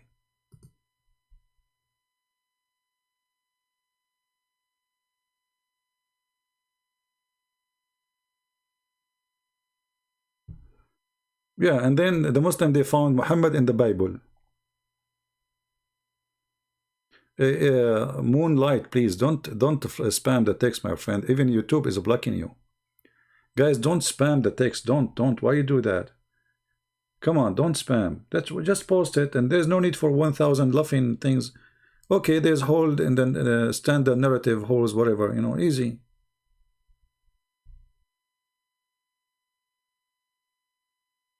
And you know, for me, I am against, by the way, teaching that the Quran is not preserved, because if the Quran not preserved, we will laugh at what? Right now we are laughing at the preserved Quran. If the Muslims agree the Quran is not preserved, we will laugh at what? Look, this is preserved, brother. You see this verse, brother? It's preserved 1 billion times. I agree. Look at this, how beautiful it is. Please, don't stop believing the Quran is preserved. Because the preserved Quran is the best Quran to laugh at. Because if the Muslim, they start saying, oh, this is the Quran not preserved, then we cannot laugh at it. They will say, we told you it's not preserved. Hello? So it's not for my benefit as a Christian prince to make you believe that the Quran is not preserved. This is the preserved joke. And then, brother, this guy, he changed his way. Okay, he changed direction, and then he kept going until he found where the sun rises. He changed his way until he found where the sun rises.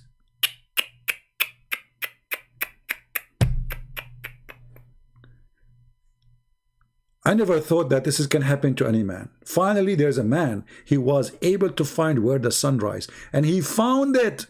He found what? The sun rising on a people whom Allah provide them no shelter. The Muslim, they say this is the ozone.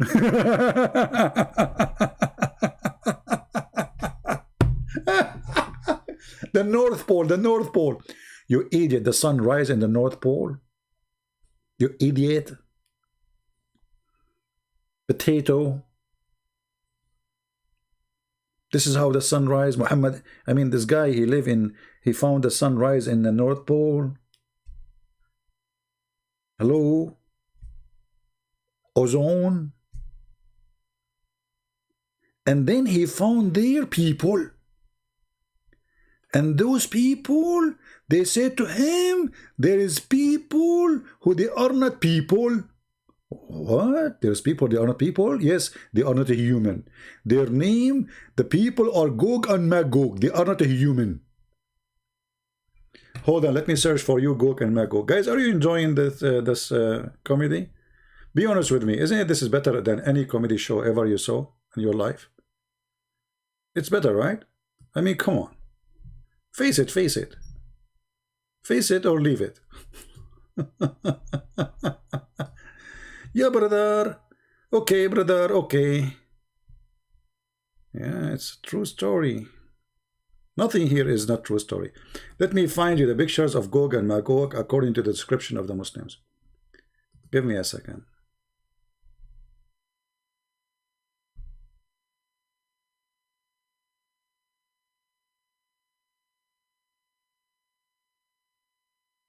People of Gog and Magog, they are not a human. They have big ears, they sleep inside their ears like a tent. Let me see if I can find. Here we go, like the Muslims, guys. The Muslims, they got us an idea about Gog and Magog. I just searched for Gog and Magog. Look what I found.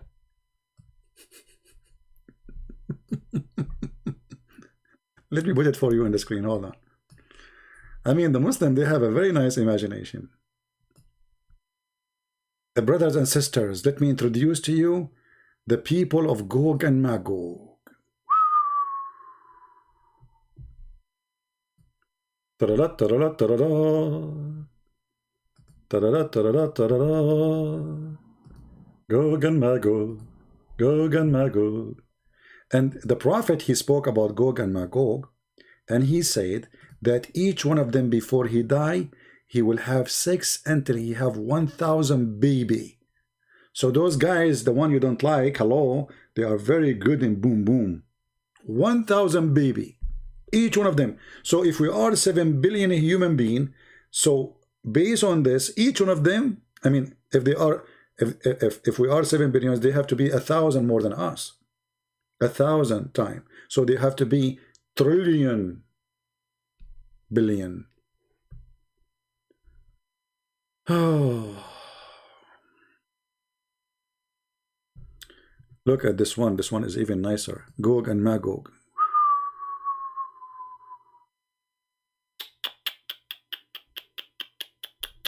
Oh, this one is even better. Oh boy, man. And look, all the Muslim, you know, they put for you arrow, like here, look here. Come on, there is a rock and there's the guy there. Obviously we will look there. Do you need to put that arrow? Yeah, because they are slow. Look here, brother, look here. I look at this one. I mean, all of this is Gog and Magog. Okay, so now Alexander the Great, he built a dam between Gog and Magog and the mankind. Muslims, where we can find Gog and Magog? Where we can find them? Those who, the Prophet of Allah, Alexander, by the way, Alexander the Great, he was a bisexual. I mean, even this guy, they made him a Prophet of Allah. And look, here the Muslim, they draw for you the dam. Look at that, look how the dam look like, man. Unbelievable. Look at this. This is what Zulqarnain he did. He built a dam made from iron and copper.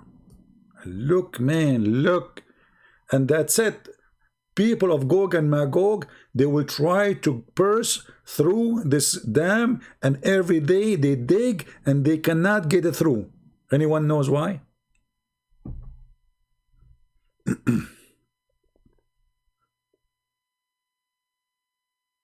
Honestly, don't you feel like you are like 7 years old kid now and you are listening to a cartoon story? I mean, this is a book of God.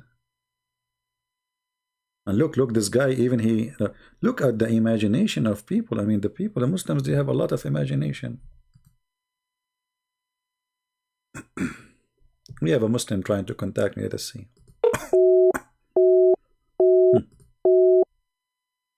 How I can contact you, and he is busy. All right. They are just trying to disturb me, you know, so I will not continue talking. It's okay. So, brother, he found those people, and those people, they told him, you know, okay, yeah, this is the story. Okay, sound like a monkey telling us.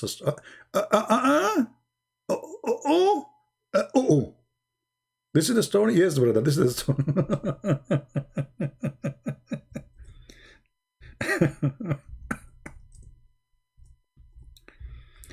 And Muhammad, he told them that every day the people of Gog and Magog, who they are not human brothers and sisters, they try to open a hole in the wall. Every day, brother. And then after they dig until the night come, and then their leader, he said to them, okay, now we go back to sleep. Tomorrow we will continue. And then when they come back in the morning, they find the hole which they dig yesterday closed.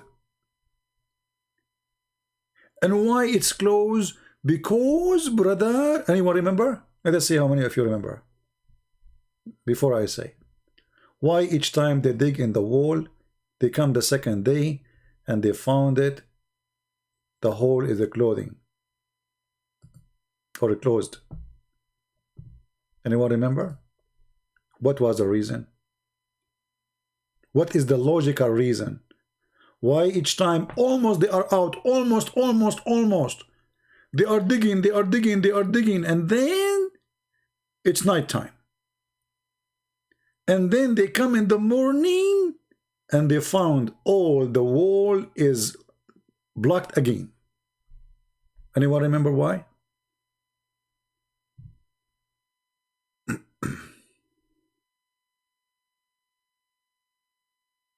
Anyone? Who knows why? All right, here we go. Mr. No One, he said they forgot to say Inshallah. Bingo! Here we go. We have a good answer. They forgot, the brothers and sisters, to say Inshallah. Can you believe it, brothers and sisters? How in the world you forgot to say such a thing? So those stupid people now for thousands of years, they dig in the same wall every day. And then until one day, their leader, he will say suddenly, tomorrow, Inshallah, we will continue. And then because he said, Inshallah, he come and he found the hole as it was yesterday, and they will be able to get it through.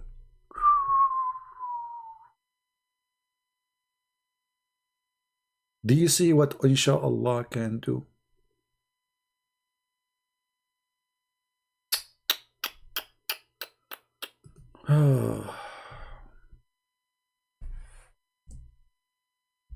Do we have any Muslim? You have anything to say?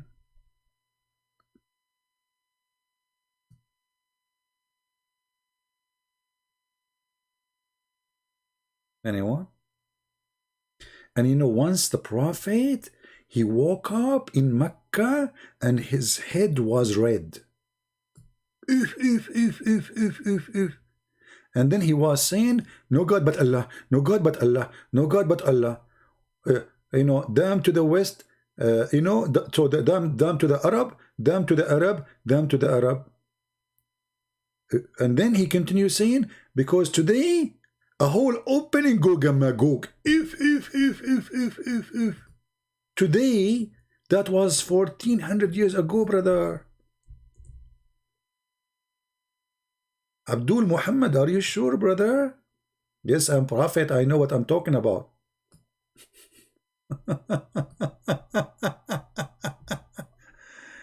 Really, stupidity is amazing.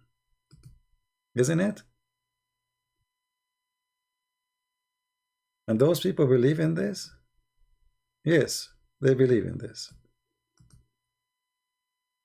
Let me find you the reference.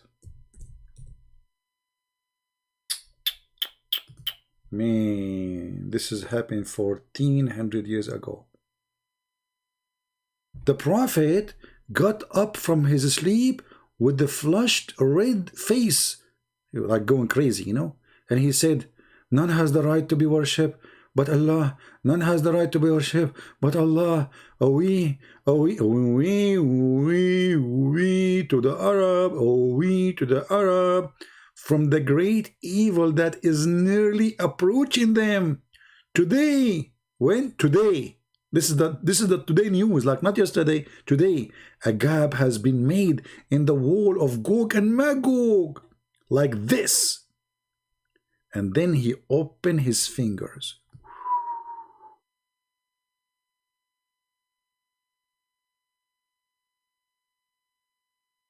Imagine you are living in the time of a Prophet Muhammad. And Muhammad, he woke up from his sleep and he says to you, today, there is a hole open in Gog and Magog wall.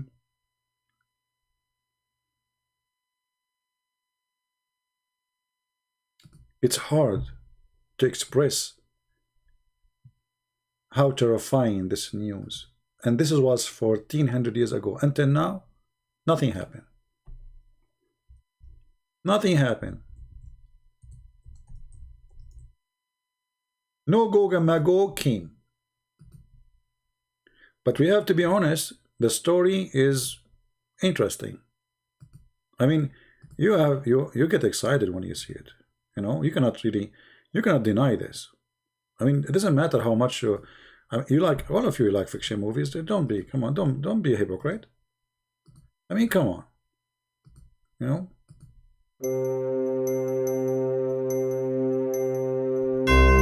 Gog,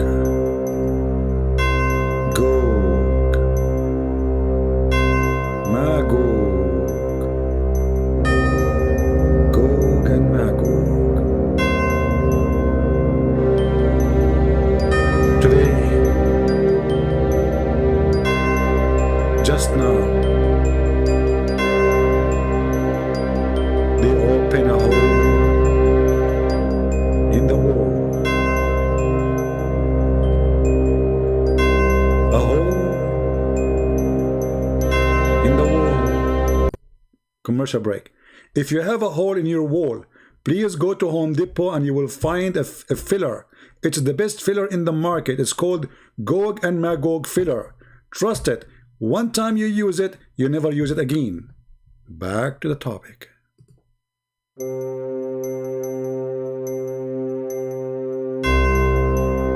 Gog and Magog. What happened in Gog, stay with Magog. If Gog said no, Magog say yes. What do you know about Gog and Magog?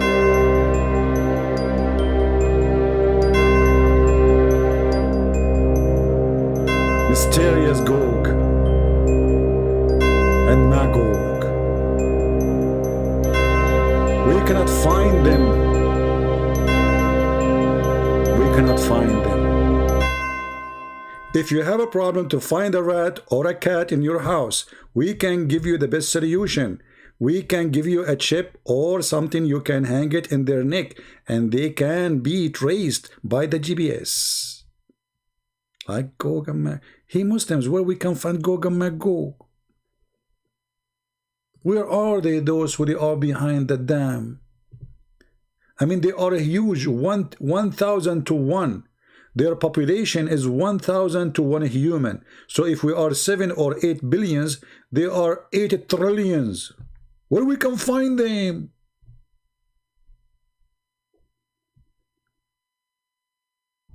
By the way, I have a commercial, you know. special request, you know, because people, they are, you know, travel agency, they just contacted me and they heard about Gog and Magog, and they said that they found that there is they have a destination for people who like to go and Gog Magog, you know, who he. Look at this guy. The reason I cannot talk because I'm looking at this. What is that? This is Gog and Magog. I mean, what? This is Gog and This is Gog and Magog. Alhamdulillah. I mean, look how their faces changed so fast from this to this. I mean, what happened? Anyway, so there's a travel agency. They contacted me immediately, and they said to me that they found Gog and Magog. If you are a Muslim interested to visit the location, so you can take selfie pictures, and they provide you with 5-star hotels in Havana.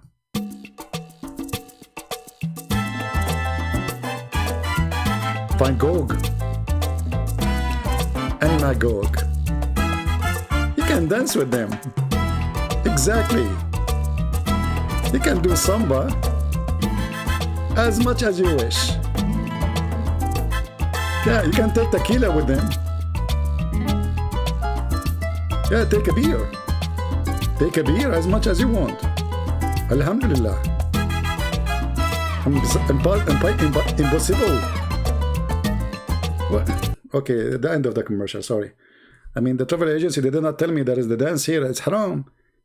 But the Muslim, they love dancing. The Muslim, they grow beard in Mecca and they go dance. They dance in Thailand. They drunk. They sleep around. But in Mecca, they are holy. Yeah, but with Gog and Magog, what you will do? What is the believers? Do we have any believers left?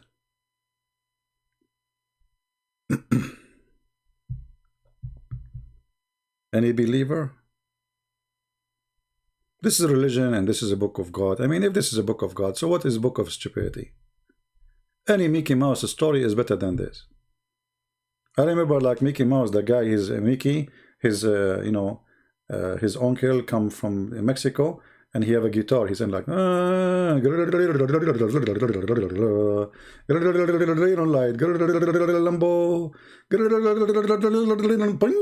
and then, you know, the mustache of sorry, the guitar line of Mickey, you know, broke from his guitar, so he take it from you know, the cat.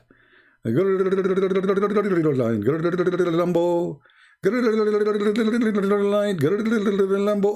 well, the story of Lambo is better than Mogo Mago. It's more convincing.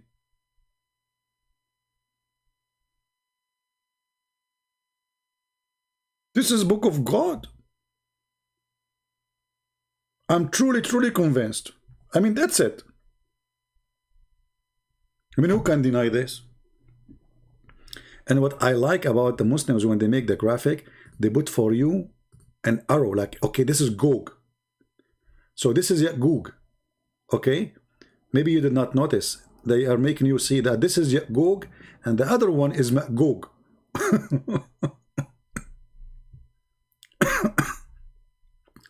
Like, this one is Magog. The other one is Gog. What is that? A Muslim kid, they want to play games.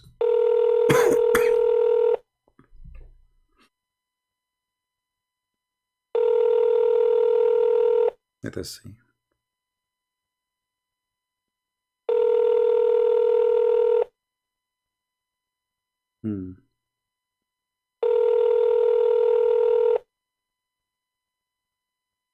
Okay, he's not answering. He's a kid. Do we have any brave Muslim want to call us?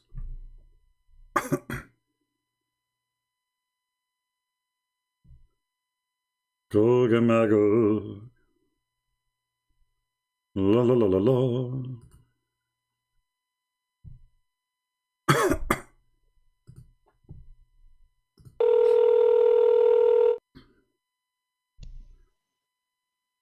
Hello. Yes, my friend, you are live on air. What do you like to say to us? Go ahead. Hello? Hello. Yes, we hear you. You are live on air. What do you like to say to us? You are a Muslim, right?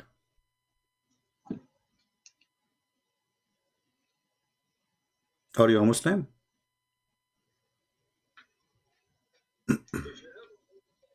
Hello? Maybe you don't hear me. Hello?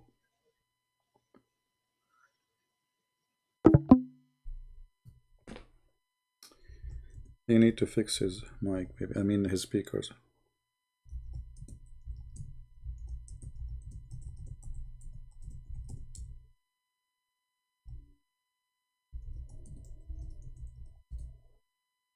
All right, we told him to fix his speaker so he can call me back.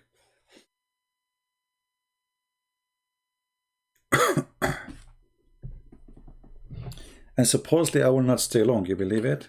Did I say to you guys before I go live, I will not stay long? Yeah.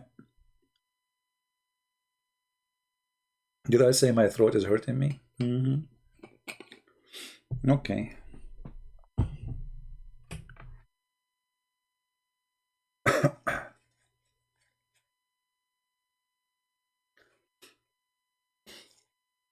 And even my nose is running. I mean, English is funny, man. I mean, how in the world the English people, they come with this? His nose is running. I mean, Gog and Magog's story is more acceptable from a running nose. How your nose can run?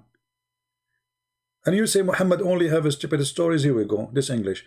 His nose is running. First time I heard it, like, his nose is running. But his nose is there. Now, like I was speaking on the phone, he said to me, but my nose is running. I said, who? My nose is running. So when I saw him, like, because we are going to meet, and look at his nose is running. I said to him, what you said to me in the phone? He said to me, what I said to you? I said, what? You said something about running. What's you running? He said, my nose. What? What's wrong with this guy? His nose is running. What? Like, okay. I could not ask him because I don't know what to say. I mean, his nose is there, and this guy keeps saying his nose is running. Hello? Can you hear me now? Yeah, I do hear you. Go ahead. I hear you actually, but you did not hear me first time. Go ahead. You are a Muslim, Oh, right? yeah, I changed my... You are a Muslim, Yes, correct? sir. Okay, what do you like to say to us? Go ahead. Yes. I'm just watching your videos all this time, and all the time you're spreading lies about Islam. Lies. Like what? A Gog and Magog? Lies. Is Gog and Magog a lie? All the time lying. You know Quran is most perfect book ever. Okay, tell me about You know Gog. the Bible. No problem. Tell me about Bible Gog. was written 300 years after Jesus, even when they said he died. Okay. What proof do you have? Where is the first Bible? Where is the second Bible? Where is the third Bible? Where is the fourth Bible? We don't even have a full copy before 400 or 500 years after Jesus died. Well, let So us, how can you say Quran is not preserved? let us go Quran with is this. not. Okay, do you have a full copy of the whole Quran before the first 4 centuries?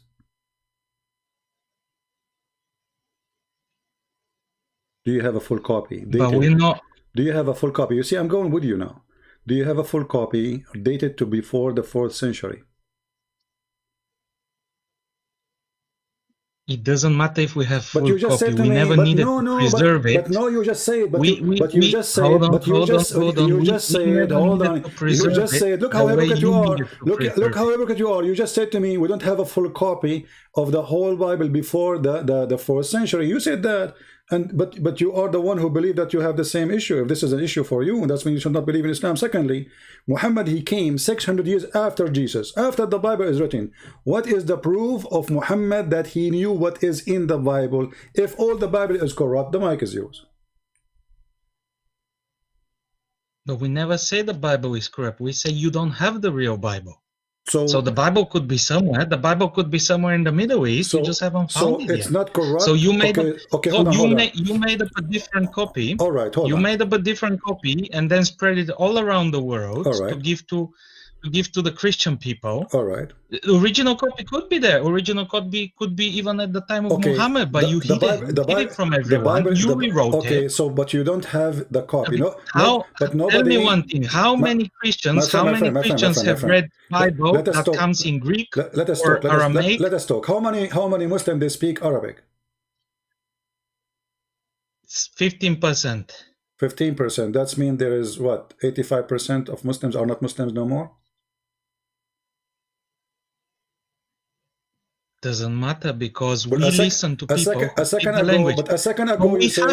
second ago you said if we don't speak Aramaic, you said how many people speak Aramaic, how many people speak Greek, how many speak Hebrew, and now you are saying doesn't matter. You see, I don't know. Are you mature adult or okay? How many? 1.6 billion people. Let us be logical. 15% is a lot. 15% is how many million? Okay, let us be. How many hundred million? Doesn't matter. And we have millions of people who speak Greek. We have millions of people who speak Aramaic. We have millions of people who speak Hebrew. Same. We have. Yeah, you go few million, maybe 5 million, 10 million. As long people they speak. Now the question is, do you understand the Quran, which is written in Arabic? Do you understand it yourself? I don't understand it myself, but I look at translations. So you are proud about what? You are proud to be a Muslim about religion, and you said to me the Quran is perfect, but you cannot understand the Quran. How the Quran is perfect, yet you cannot understand it? Because we can trust our scholars. You cannot trust your scholars. Okay, as long as you trust your scholar. Look at what they are doing. Look at what they are doing. The church is doing in every country. As long you trust, as long you trust your scholars, is the anti-Muslim? Of course. Look, even the Quran tells you that only Allah can understand the true meaning of the Quran, but the very well-versed people, the knowledgeable people, they will understand as well parts of it. That's a false interpretation. So that's how the Quran works. My friend, you are ignorant, and the verse doesn't say that. Why you are lying? The verse says, only Allah knows what the Quran means, and the one who have knowledge, they say we believe. They don't understand. The one who have knowledge is the one who say. Because we believe. Okay, he shows us the. But you just said. But you just lied, and you said that the scholars they knew when the Quran says only Allah knows, and those who have knowledge they say we believe. So in order to have a knowledge in Islam, it's just you have to believe. What kind of religion this religion is? How you can be a scholar if just by saying I believe? How that make you a scholar? And what kind of book? Only Allah knows what it's mean. Don't you think this is stupid? So Okay. Let's say Bible. Obviously, Bible is more clearly written because it's a newer creation. It's created for the masses. It's created to lie to the masses. But obviously, you're gonna put lots of isn't it the Quran? Lots of nice things in it. Nice story. Make it for the movies. Hold on. Yeah. You Muslim, you say, and even Yasser Qadi, he said that the earliest Bible goes back to the 60 years after Christ. The earliest Quran you Muslims have goes back to 400 years after Muhammad. The earliest recitation you have is coming from Hafs, and Hafs according to Muslims is a fraud. So where is your Quran? The Quran says, Inna alayna jam'uhu wa Qur'anuhu. Allah, he says, I am going to collect the Quran and I will recite the Quran. Did Allah collect the Quran? Yes. Where? Isn't it Uthman? He collected the Quran and he burned the other Quran? So it doesn't matter what man does to the Quran because Allah it does matter. It does matter. It doesn't matter. Isn't it the Quran says? It doesn't matter whether they burn it, whether they sink it in the Nile. It doesn't matter. It doesn't matter what the Egyptian government does, what the Saudi government does, because at the end we will be left with the original Quran. Listen, you don't have original Quran. You just say it doesn't matter. They burn it. So where is the original? If there was original, it's burned. And I'm asking you now, why he burned it? Okay. Why he burned it? Okay. Maybe that's Allah's way of. Maybe that's Allah's way of preserving it. I don't know. I don't know how Allah thinks. Allah, why Uthman is a messenger of Allah? Well, he doesn't need to be, but Allah can take control of anyone at any point. His power is endless. But if he wants to use if he wants to use the people to fix the Quran my friend, the Quran says Allah will hold on. Listen. Are you saying to me that Allah is Uthman? Because the Quran says Allah will collect the Quran, not Uthman. Yes, but Allah can take control of any human being at any time. He can do everything with a human being. Yeah, but Allah, he says, I will collect the book, not Uthman. Yeah, but he doesn't say how. He doesn't say how. It's still Allah. Look, if he possesses so you, Uthman is Allah. So me now, if I have my own Quran, I am Allah too. It's Allah who made me do it. I mean, this is a joke. Where is Muhammad then? So what Muhammad doing? Where is the book of Muhammad?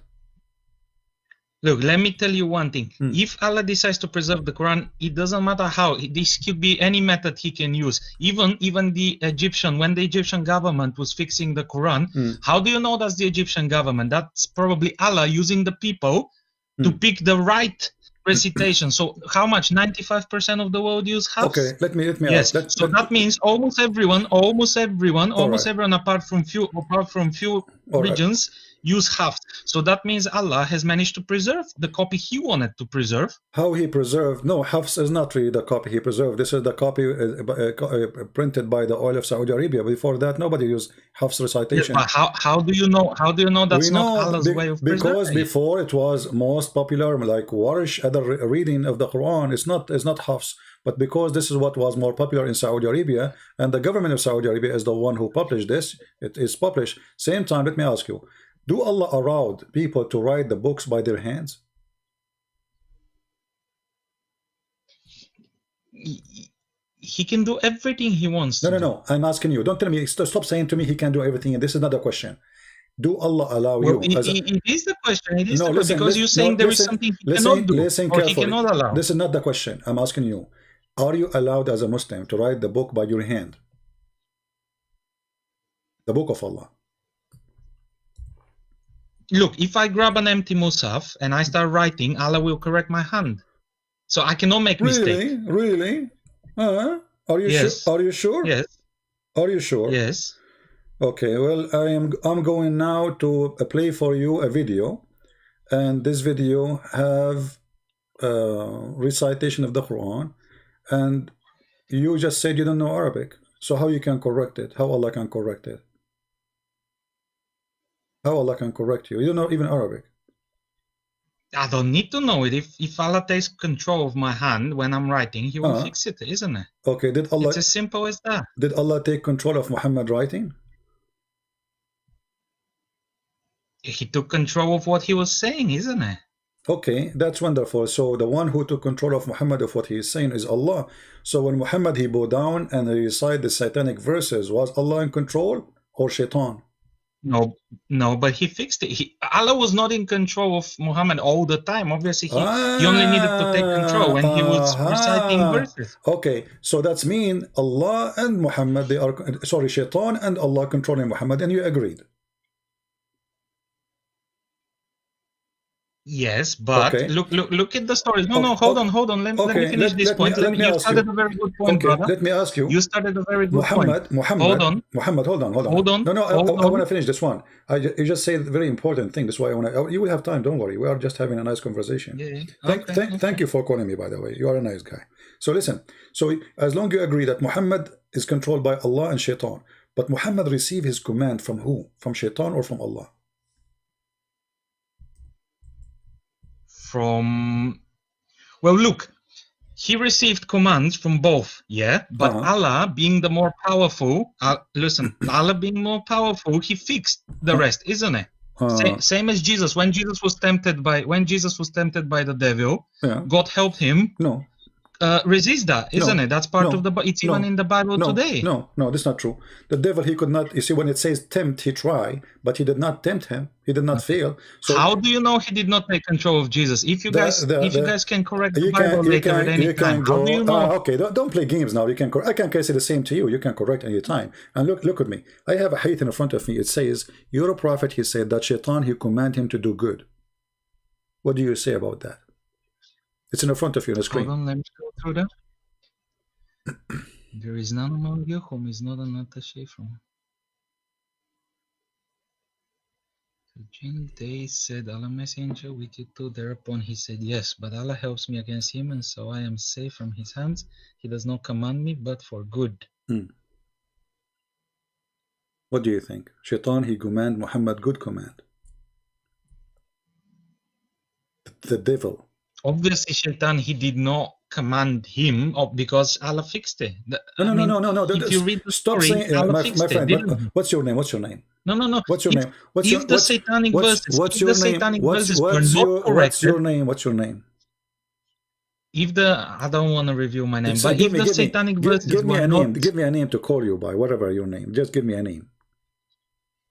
Give me a name. Call me anything you would like. Muhammad. I know you Muhammad, love to use Abdul. Listen, Muhammad. No, I'm not going to call you Abdul. You know, you look like you are more educated than normal Abdul.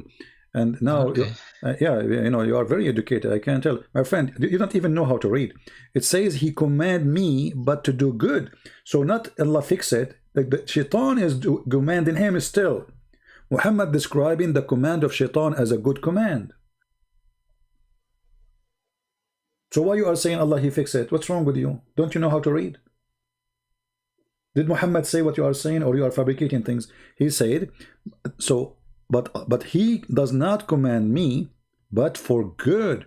So Muhammad saying that shaitan is a good person, and he obey his command, and his command is good. Muhammad here is admitting that shaitan... No.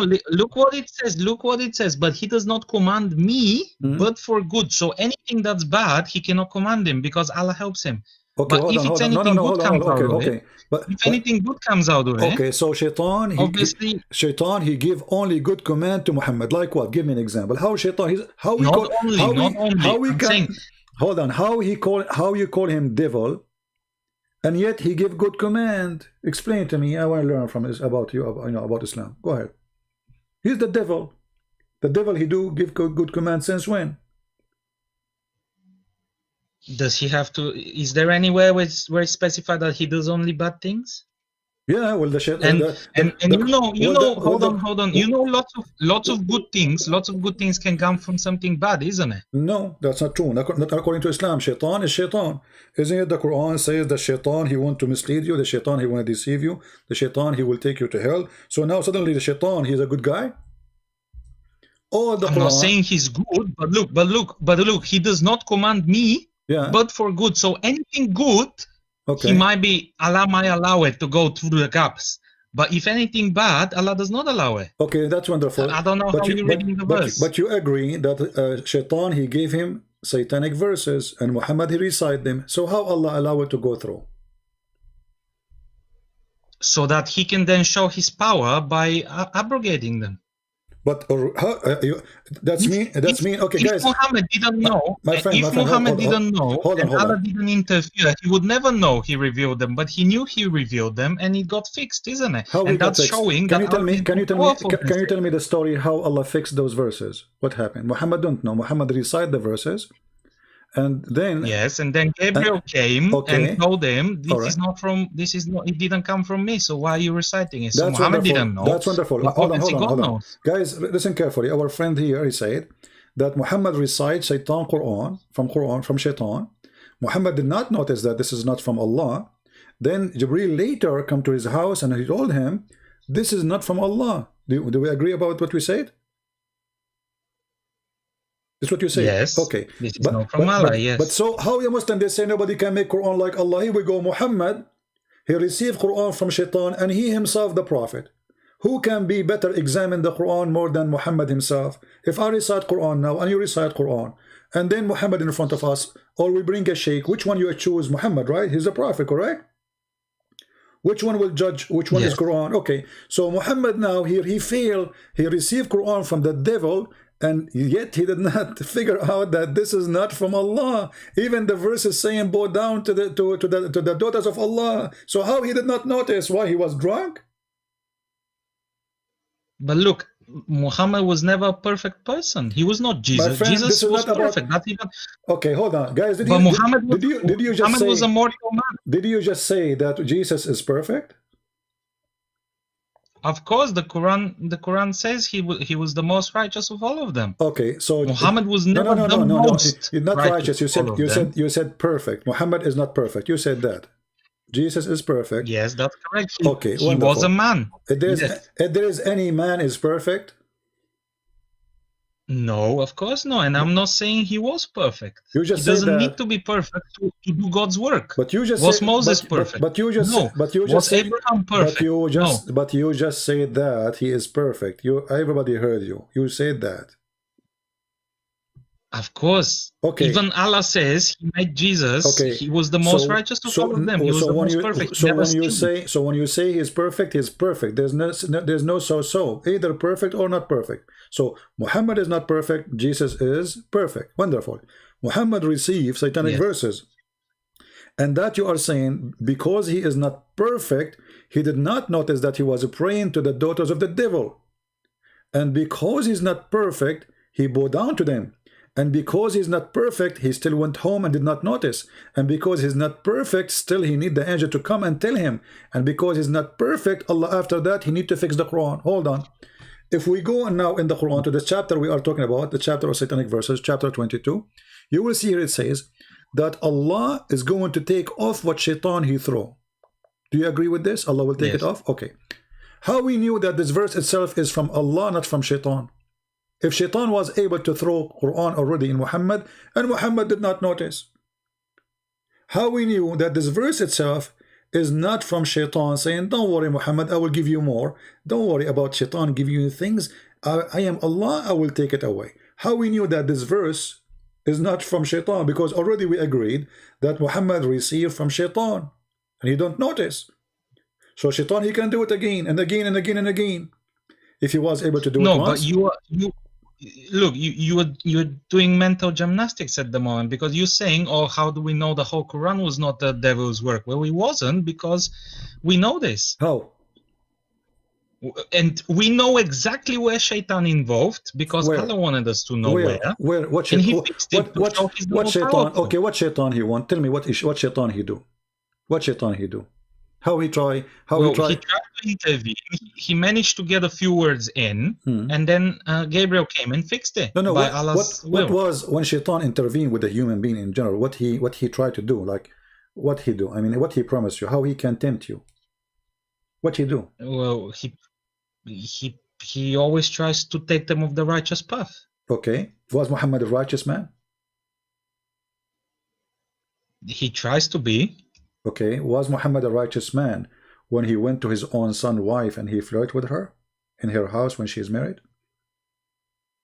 Did he flirt though? Does anyone say he flirted with her, or does it say that she, like him, she wanted to marry him? No, it says that he said to her, Subhanallah mu'alliful qulub. Praise be to Allah, the one who flipped my heart for you. And he said that loudly so she can hear it. Is that a good man? He go to the house. All right, show me the hadith. Let's go. Let's show me the hadith. Let's read it carefully. All right, let us see.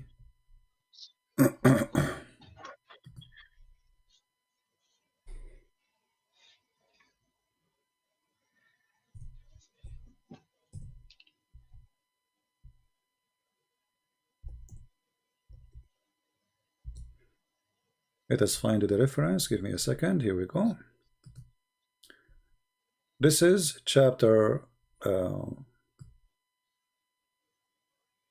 Al-Ahzab, verse number 37, and this is the official government website of the Kingdom of Saudi Arabia. All right, I put it for you on the screen, and then you will see that when he went to his son, he found Zainab standing, and she was wearing very sexy clothes. It says here, read carefully. You don't know Arabic, but I will give you the link. You can use Google Translation. It says here, or you can give it to any Muslim who speak Arabic. So he went to Zayd seeking him, and then he found Zainab standing, and she was white and big and beautiful, and she is from the most perfect women of Quraysh. So she's so beautiful, you know. Okay, فهويها. So he fell in love with her. He fell in love with married women, and then he said, وقال سبحان الله مقلب القلوب فسمعت زينب بالتسبيح فذكرتها لزيد. So Zainab, she said she heard what he said, and she told her husband. ففطن زيد, and then Zayd is oh, here we go. So now he knew that she's sleeping with him. So he went to Muhammad. He said, Ya Rasulullah, please let me divorce her. She is proud. she have a bad tongue. She hurt me with her tongue. And then Muhammad, look how hypocrite. A second ago, he was in the house of the man flirting with the wife, and now he's saying to him, no, no, no, keep your wife for you, man. Keep your wife for you. It's in front of you. And this is what? Read. This is your Islamic tafsir, Tafsir al-Qurtubi, and this is the official government website of the Kingdom of Saudi Arabia. I will post the link in the chat. You can click, and you can use Google Translation to translate. What kind of a prophet he go and do such a thing? This is the man you trust him with the Quran. This is the man you trust him with the ethic. This is the one you trust. Whatever he says to you is from God, and he is the good guy. He's not perfect, no problem, but here we go. I mean, this is very bad. First of all, he adopted this son. Imagine he changed the adoption just because he want to have the girl. He changed the adoption. He adopted the man for years, and suddenly, just because he saw this woman, he want her, he canceled the adoption law.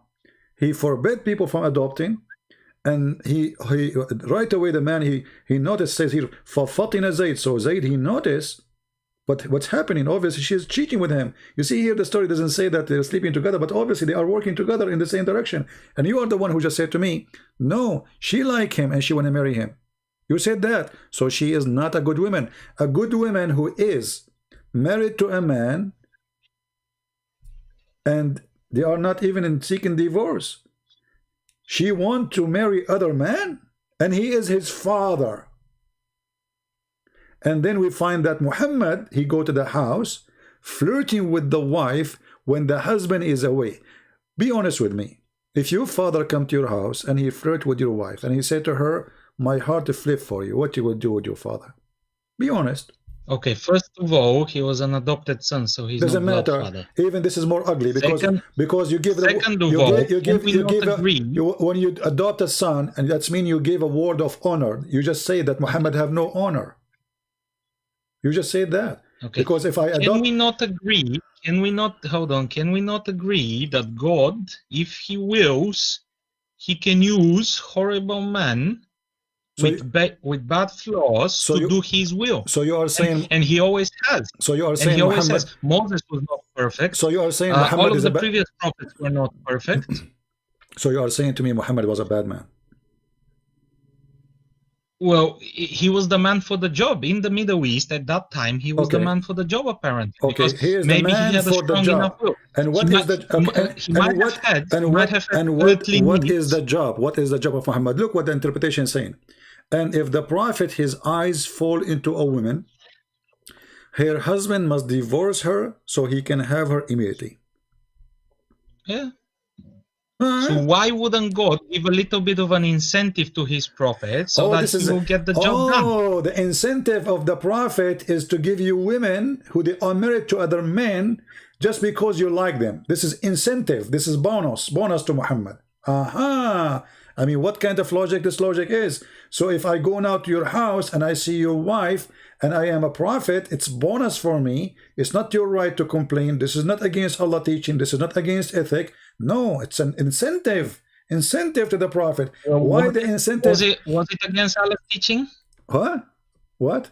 Was it against Allah's teaching? Don't you Muslim says the Quran says Allah, he said to you when you go to visit somebody, put your head down, don't look at the women, don't this is against Allah teaching supposedly. Yes, and then what did he say? That if any woman looks at him, he can marry her. What woman look at her? He is the one flirting with her. I mean, she is married. What's wrong with you? She is married. You go to the house of the man. You have no honor. You have no honor if you go to a house of somebody, and especially you. Would I do it personally? I wouldn't do it personally. Why? Would I allow this to be done? Probably not. Why? Why you will not? If he was the man, why you will not do it? Hold on. If he was the man for the job, if he was strong, why you will not do it? Convey the message of his people at that time. Wait, my friend. Why you will not do it? Are you saying you are better than Muhammad?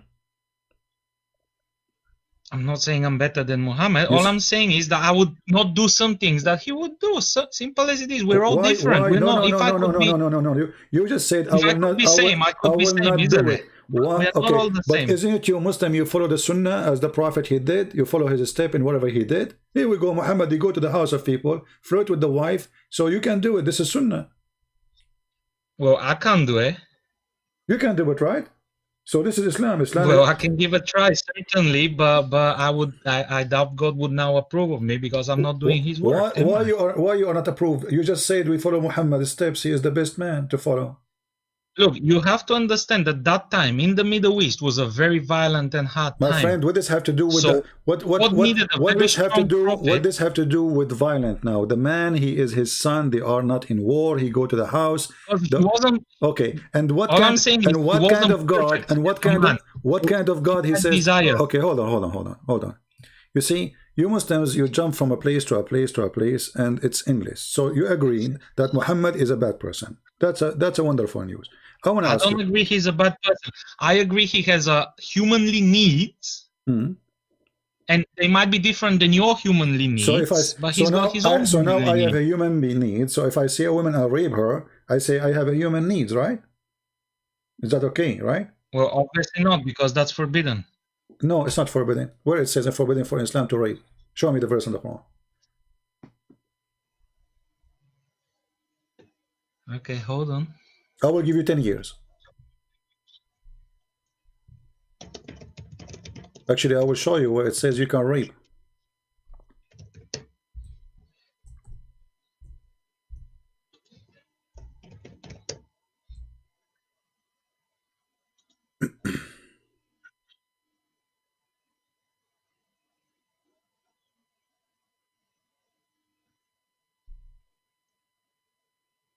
I will give you 20 years, not only. You can search Google from now until the coming century. No, there is a verse. I just forgot which verse it is that shows which women are permitted. No, take your time. Here we go. No, I will wait for you. Here we go. Search Google. I will give you 10,000 years. Show me the verse about rape. Go ahead. I want to learn from you. Google is very fast, my friend. Search verse about rape in the Quran.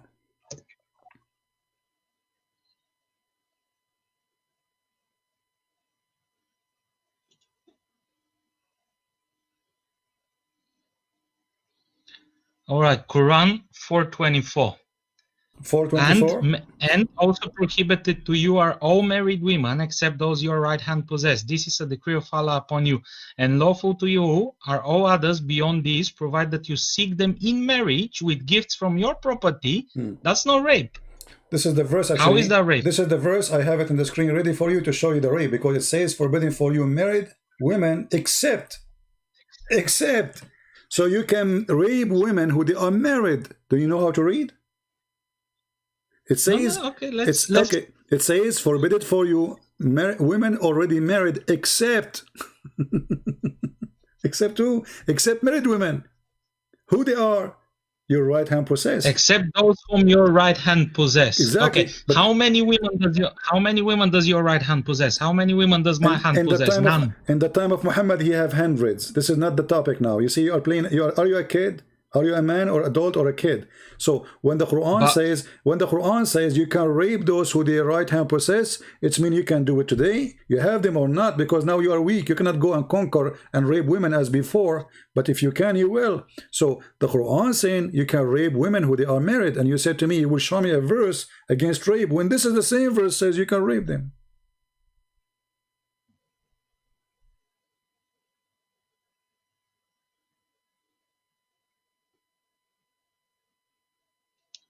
Well, look, because the Quran has built a better world, and that's Allah's plan for us. This is better world? We no longer possess any women. How this is better world? No, you do. This is an order for you, but now you cannot do it because you are weak. If the Muslims are the most powerful country in the world, you will do it. Not long time ago. If we're all the most powerful, there would be peace all around the world. Exactly. Because we would all follow this. Exactly. Peace. Everybody will be killed. The women, they will be raped like ISIS, right? Peace. By the way, I don't know, you speak about peace, you say if we have a peace. Isn't it the Quran forbid you from having peace? Well, if the whole world is Muslim, obviously we will have peace. So you will keep killing until nobody left not a Muslim, and then you will have peace, correct? Yeah, but why do we need to kill if we can just convince people? We can just convince people that this is the truth. You just said if all the world become Muslim, then we need to not to kill, my friend. And nobody's convinced. People are loving Islam. And let me ask you. We just mentioned a second ago about Muhammad having sex and Muhammad going after women.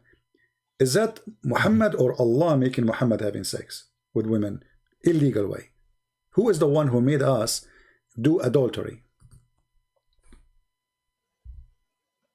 Is it Shaitan or Allah? Why would we do adultery? If He didn't sleep with them before he was I'm married asking to you, them. no, hold on. No, he did. He did it with Mary the Copt. He did with Sophia. He did with men. He can count for you endless numbers. Now, I'm asking you. Look, Who you is the one? you can find many fake hadiths. No, not fake We hadith. know about the hadiths Not that fake Christians hadith. Not produce fake. and they sleep Abdul, between. Abdul, listen. If you want to talk to me, either you speak with your brain is open, or don't call me, because when you say fake hadith, you have to prove it. So are you challenging me now to show you a hadith which nobody can prove that it's fake? Is that a challenge? You cannot do that. I will show you from Al-Bukhari. We show you from Sahih Muslim. So stop playing this game. I'm asking you now a question. When a person do adultery, who is the one who make him do adultery? Allah or Shaitan? Shaitan. Thank you very much. Guys, did you hear him? Shaitan. The hadith says that Allah is the one who make you adultery, and you just admitted that Shaitan is Allah. Read for me, and this is a very sahih hadith. It says here, you read it, you know, your English is better than mine. Go ahead. Okay, put it on the screen. It's a little bit off screen, please. It is in the screen.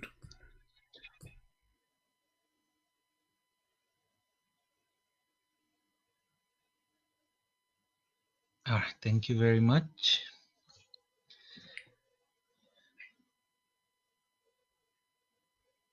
Go read, I want to hear it. Hadith is like Verily, Allah has fixed the very portion of adultery, which a man will indulge in, and which he of necessity must commit. The adultery of the eye is the lustful look, and the adultery of the tongue is the licentious speech, the heart desires and yearns, which the parts may or may not put into effect. Okay, so what do you understand from that? I'm listening, go ahead. The men need to feel the necessity to do bad things, but Allah has fixed it. What fix it? No, it says, you see, I don't know, like, are you playing dumb now? Are you playing like you don't know English no more? It says, verily Allah has fixed the very portion of adultery. Who is the one who fixed the very portion of adultery, which a man he will indulge in? Who is the one who decide to you how much adultery you will do? Give me the name. Who is the one who decide how much adultery you will do? No, but obviously Shaitan is not fixing adultery. He's making people do it. This is not the question. You see, don't play. I don't have time for kids talk. I'm not a kid. I don't know how old are you. Be honest with me. Does it say Allah is the one who fixed the very portion of adultery, which means who is the one who decide how much adultery I do, you do, he do, she do? Does it say it is Allah who decide how much adultery we do for each one of us? Yes or no? Yes. Okay, but a second ago you said to me, Shaitan do that. So Allah is Shaitan. Because the one who made me do adultery is not Shaitan. It's Allah. When I asked you who is the one who make you do that, you said Shaitan without hesitation. Okay, now we find out that this is not from Shaitan. Shaitan is a good guy. He is a victim. Shaitan never do that. Allah is the real Shaitan in Islam. He is the one who made you do adultery. And he is the one who make you to do it as a must. You don't even have a choice to do or not.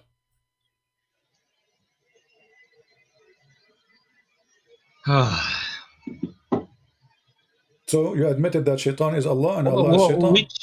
Which hadith is that? Can you show me if it's Sahih? Here we go. Sahih Muslim. Sahih Muslim 5657B, and I will post the link for you in the chat, so you can open it from your side and you can check it out. We don't make things up, my friend. Allah is Shaitan. There's no question. He is the one who make you do bad things, and then he blames Shaitan for the bad things you do, which in the fact it's Allah. He decide for you to do those things.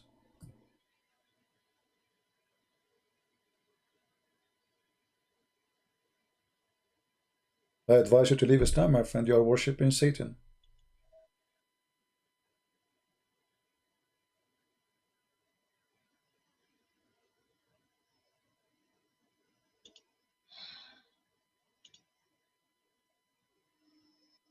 So how do we know?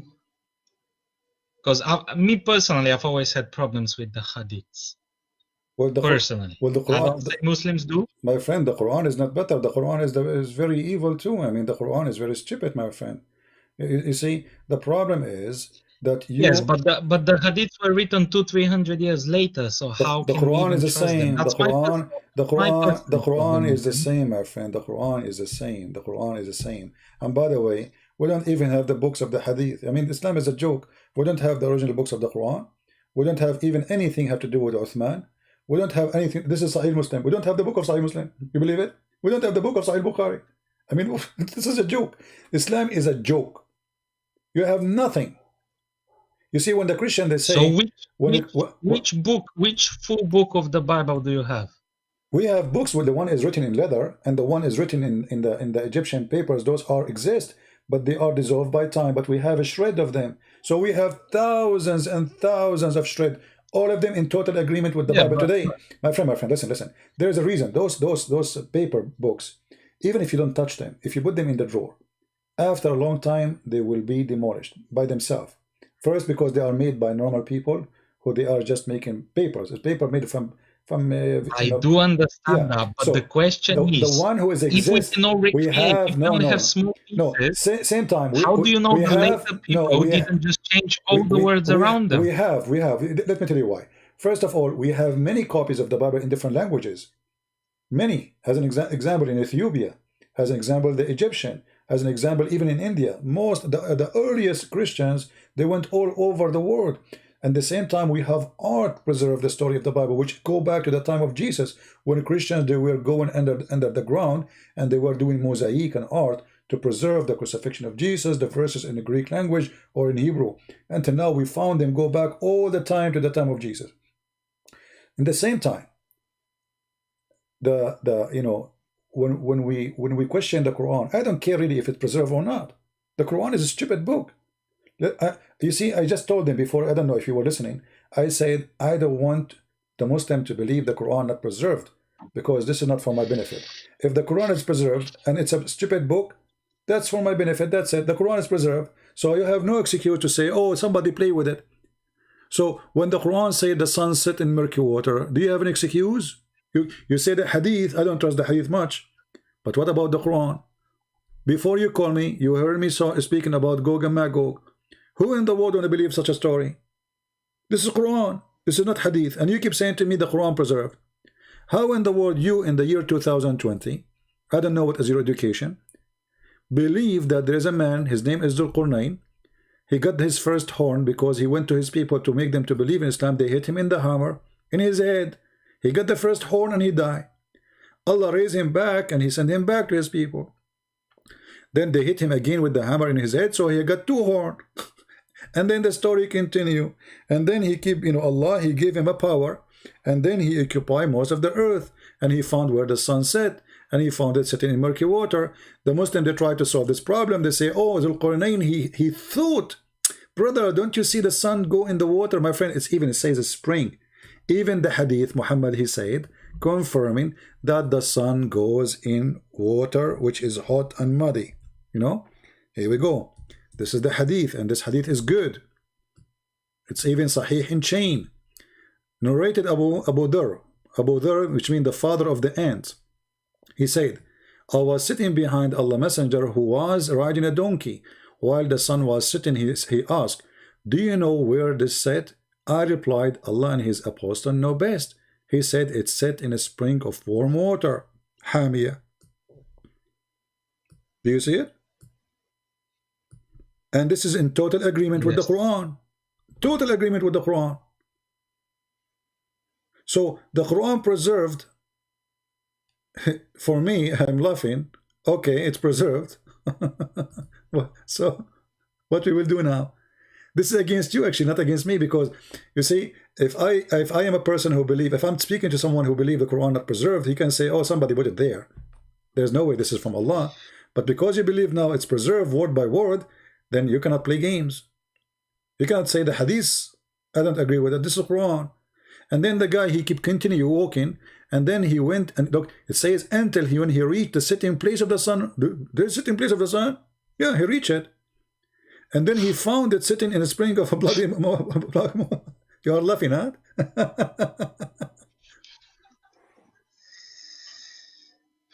You got me here, to be honest. It's a difficult book to defend. Yeah. But maybe I need more knowledge. My Maybe friend, the knowledge in front of you, I'm helping you. I mean, you see, everything I'm saying to you, it's in front of you on the screen. This is your Muslim translation. This is your Quran. You are my witness. This is not my website. I have nothing to do with it. How this can be from God? If I am you, I will leave this is, you know, my friend, you're smarter than this. This is not even good for kids. This is not good for cartoon. And then he go, and then what? You know, he found it in the muddy water, and then he continue, and then he changed his direction, and he followed another way in verse number 89, and then until when he came to the rising place of the sun. What is that? The sun rises everywhere. You don't need to go anywhere, just stay home. I mean, this is a joke. And then he found it rising on people whom we, Allah, had provided no shelter. This is supposed to in Africa, you know, they have, you know, they are naked. And then, you know, we gave him all the mean to whatever to do. And then he followed another way. And then, brother, he found people, you know, like they are stupid.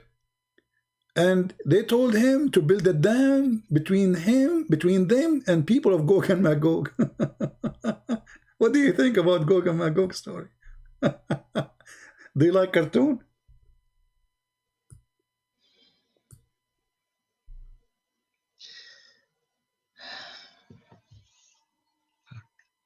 Remember, the Quran is preserved. You are the one who said that to me. This is the preserved story of Allah. Okay, so if it's not preserved, what do we do? What do I do? No, it's not. Because Bible is not preserved either.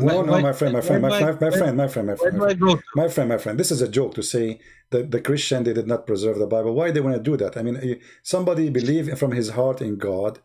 I will not say the Muslim would do that. I will not say the Hindu would do that. This is stupid even claim. I mean, a guy is a Hindu. Why you want to change his book? This is stupid. I mean, this is not even, this is the most stupid thing.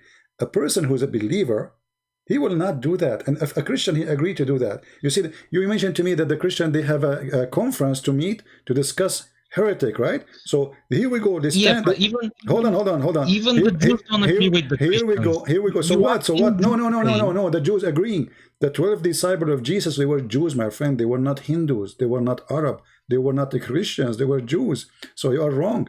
So the first one who believed in Jesus was the Jews, no one else. We learn about Jesus from the Jews. Why don't Jews today believe in Jesus? Who said the majority of them already Christians? What is left of the Jews is not even 20 millions.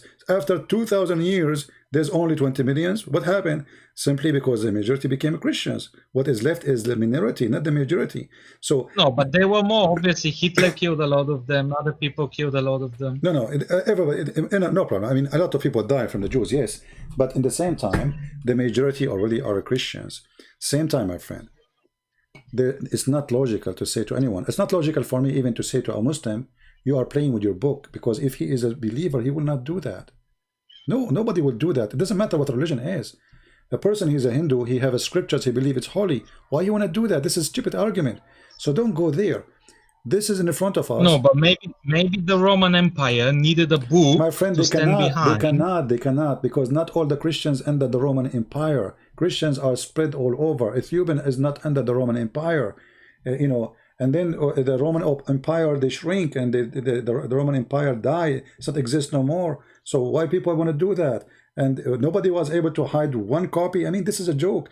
All languages, you know, we believe, even in the books of Tafsir, it says that the disciple of Jesus, when Jesus told them to go and preach and teach, they said to him, well, how we will teach? We don't speak the languages.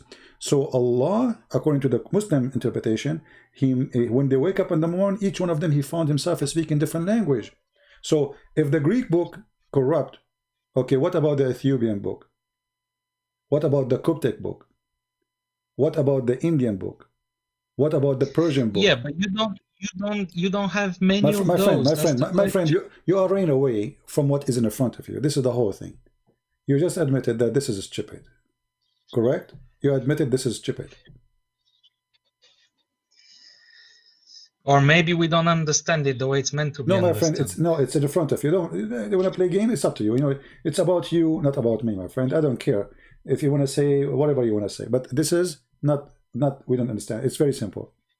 Gog and Magog, he built a dam between us and them, and then your prophet, he described that those, they try to go out of the bridge, out of the dam, and then he woke up in the morning, he said, today there is people who people of Gog and Magog, they were able to like this in the wall, we to Allah, to the Arab, for today a little tiny hole open. So this is it's explained already. It's explained. It's not a choice to say, oh, maybe we don't understand it because Muhammad, he mentioned it even in the hadith, and those hadith are accurate, sahih. So what we will do with it? Read it. Abu Hurairah said, Allah Apostle, he said, today the wall barrier between Gog and Magog has been opened so much, and he was terrified, and he was saying the Arab, oh, we to the Arab, what's coming to you? All those hadith are sahih. See, Sahih al-Bukhari.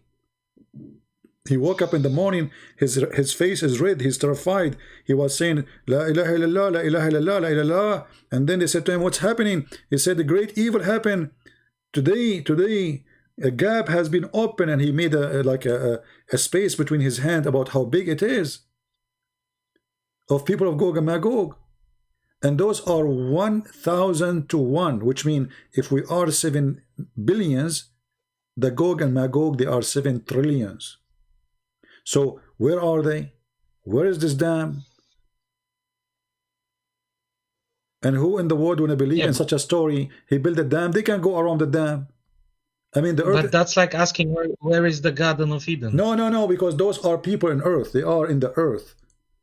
Those are not in the sky. So where was the Garden of Eden according to the Bible? It was on earth. It wasn't in space. What? Where was the Garden of Eden? It was on earth. According to the Bible, yes, but it wasn't floating in yes, space. And we know the location in the north of Iraq. So, but in the Garden of Eden in Islam, it is in heaven. What does have to do with this, my friend? It's a garden. It's not when we say heaven.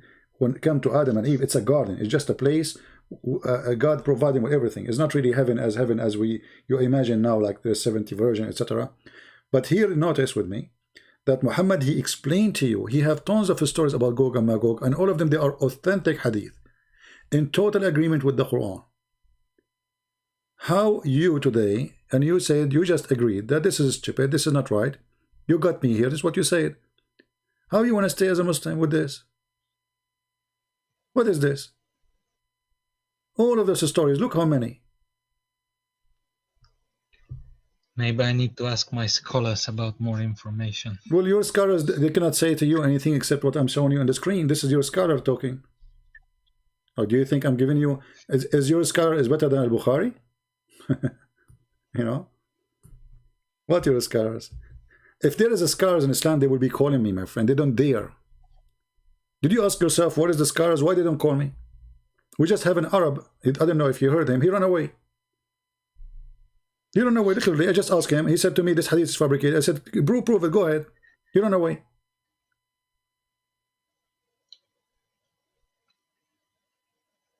So what about the prophecy of Muhammad in the Bible? He's prophesied by Jesus. My friend. I mean, you Muslims are really crazy. A second ago, you are saying to me it's corrupted. The book is corrupted. And now you find him in the Bible. So if the Bible is corrupted, that means the prophecy is corrupted. Secondly, all those you call them prophecy are not true. Actually, the opposite. It says like, I mean, it is really stupid. Did you even read what the Muslim they say to you? Go and check the verses yourself. Read few verses before, few verses after. You will die laughing.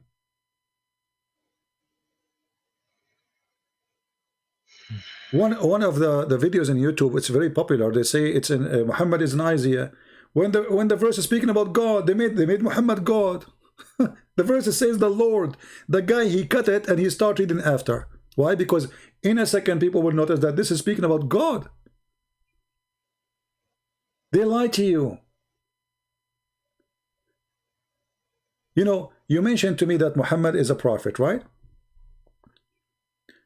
And Muhammad, he received his knowledge from who? From Allah, correct? Yes. Okay. Do you what is your education? Like, did you finish school, university, anything?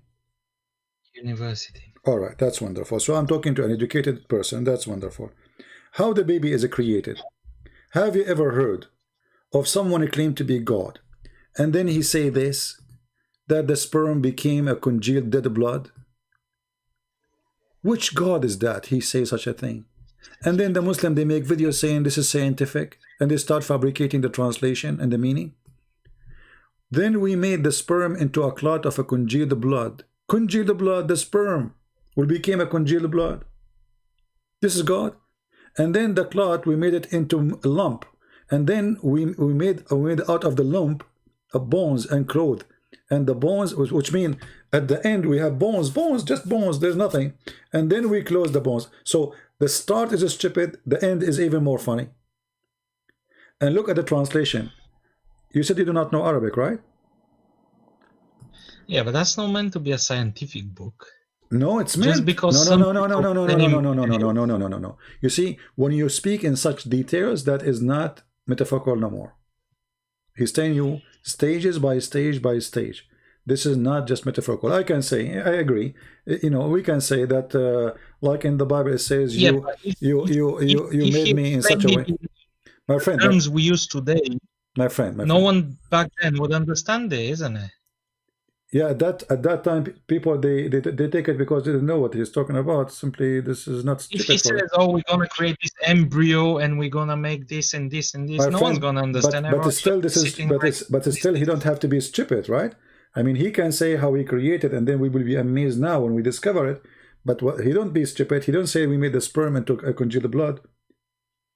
Or what about chapter 86, where it says that women have a sperm and coming from her ribs, and the man have a sperm is coming from his backbone?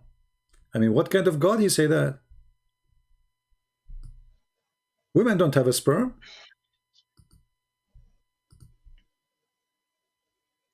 And the sperm of the man is not coming from the backbone.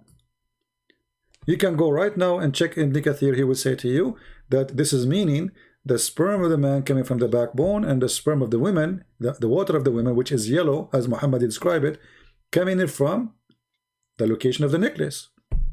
This is what the word Torah mean. It's a word used for women, ribs, specific location of the ribs, the top one. So how this can be God? So look, the sun set in murky water. He found where the sun set. He found where the sun rise. He found where next to it. He built Gog and Magog. A story of the cave people, which is funny and stupid. You know, it's a fiction story written by a Christian priest in Syria for the Christian youth. It's fiction. All the Christians, they knew that. So they, you know, he took it. He put it in the Quran.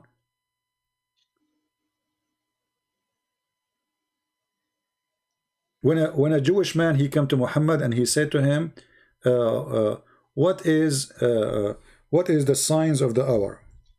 Do you know the story? No, not this one. He asked him, he said to him, I want to ask you a question which nobody knows the answer for it except a prophet of God. This is the hadith, this is Sahih Bukhari. So nobody can say it's weak.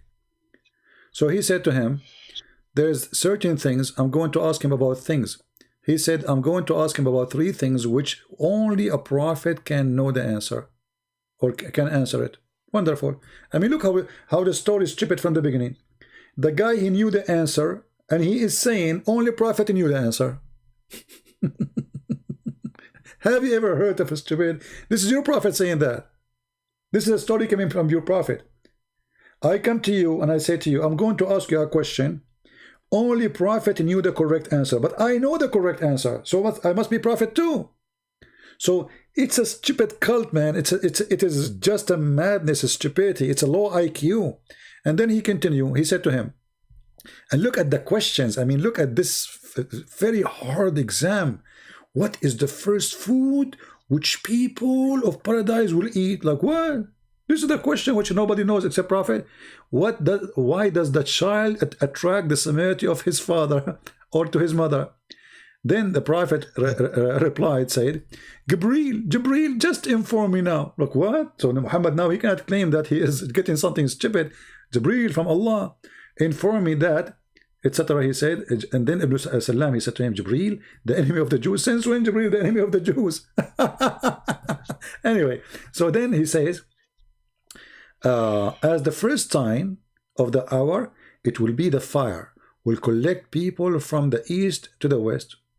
Okay, where it says in the Quran, this fire will collect them from the east and the west. As for the first meal, the people of paradise will eat, will be the loop of the fish liver. Why? Because people will go to have sex. The Arab, they believe that the whale, not the fish, the whale liver is very good for sex. You know, they take from it al-ambar. You can check it out. As the ambar is even, you know, the deer, he have the same hormone, which is used to attract female. So Muhammad, the Arab, they learn that those things, they attract females, so they think they can attract female, but this was for the deer. Anyway, as for the child, if a man discharge proceed in the women discharge, the child attract the symmetry to the man. Look at this stupid. He just said, if you have orgasm first, the baby will be a boy. If you have orgasm, the women have orgasm first, the baby will be a girl. What does this have to do with this? According to which science? And remember, he said, Jibreel told me. So we cannot say Muhammad is making, I mean, somebody fool him. He was just, as you said, he is just a human. He just said, Jibreel told me. So either Jibreel told him or he's a liar. Maybe he lied. Maybe he lied. You're right. Obviously he's lied. He lied because this is absolutely false. So you just left Islam, my friend. You just left Islam right now. I'm happy for you. You decide to use your brain and you are out.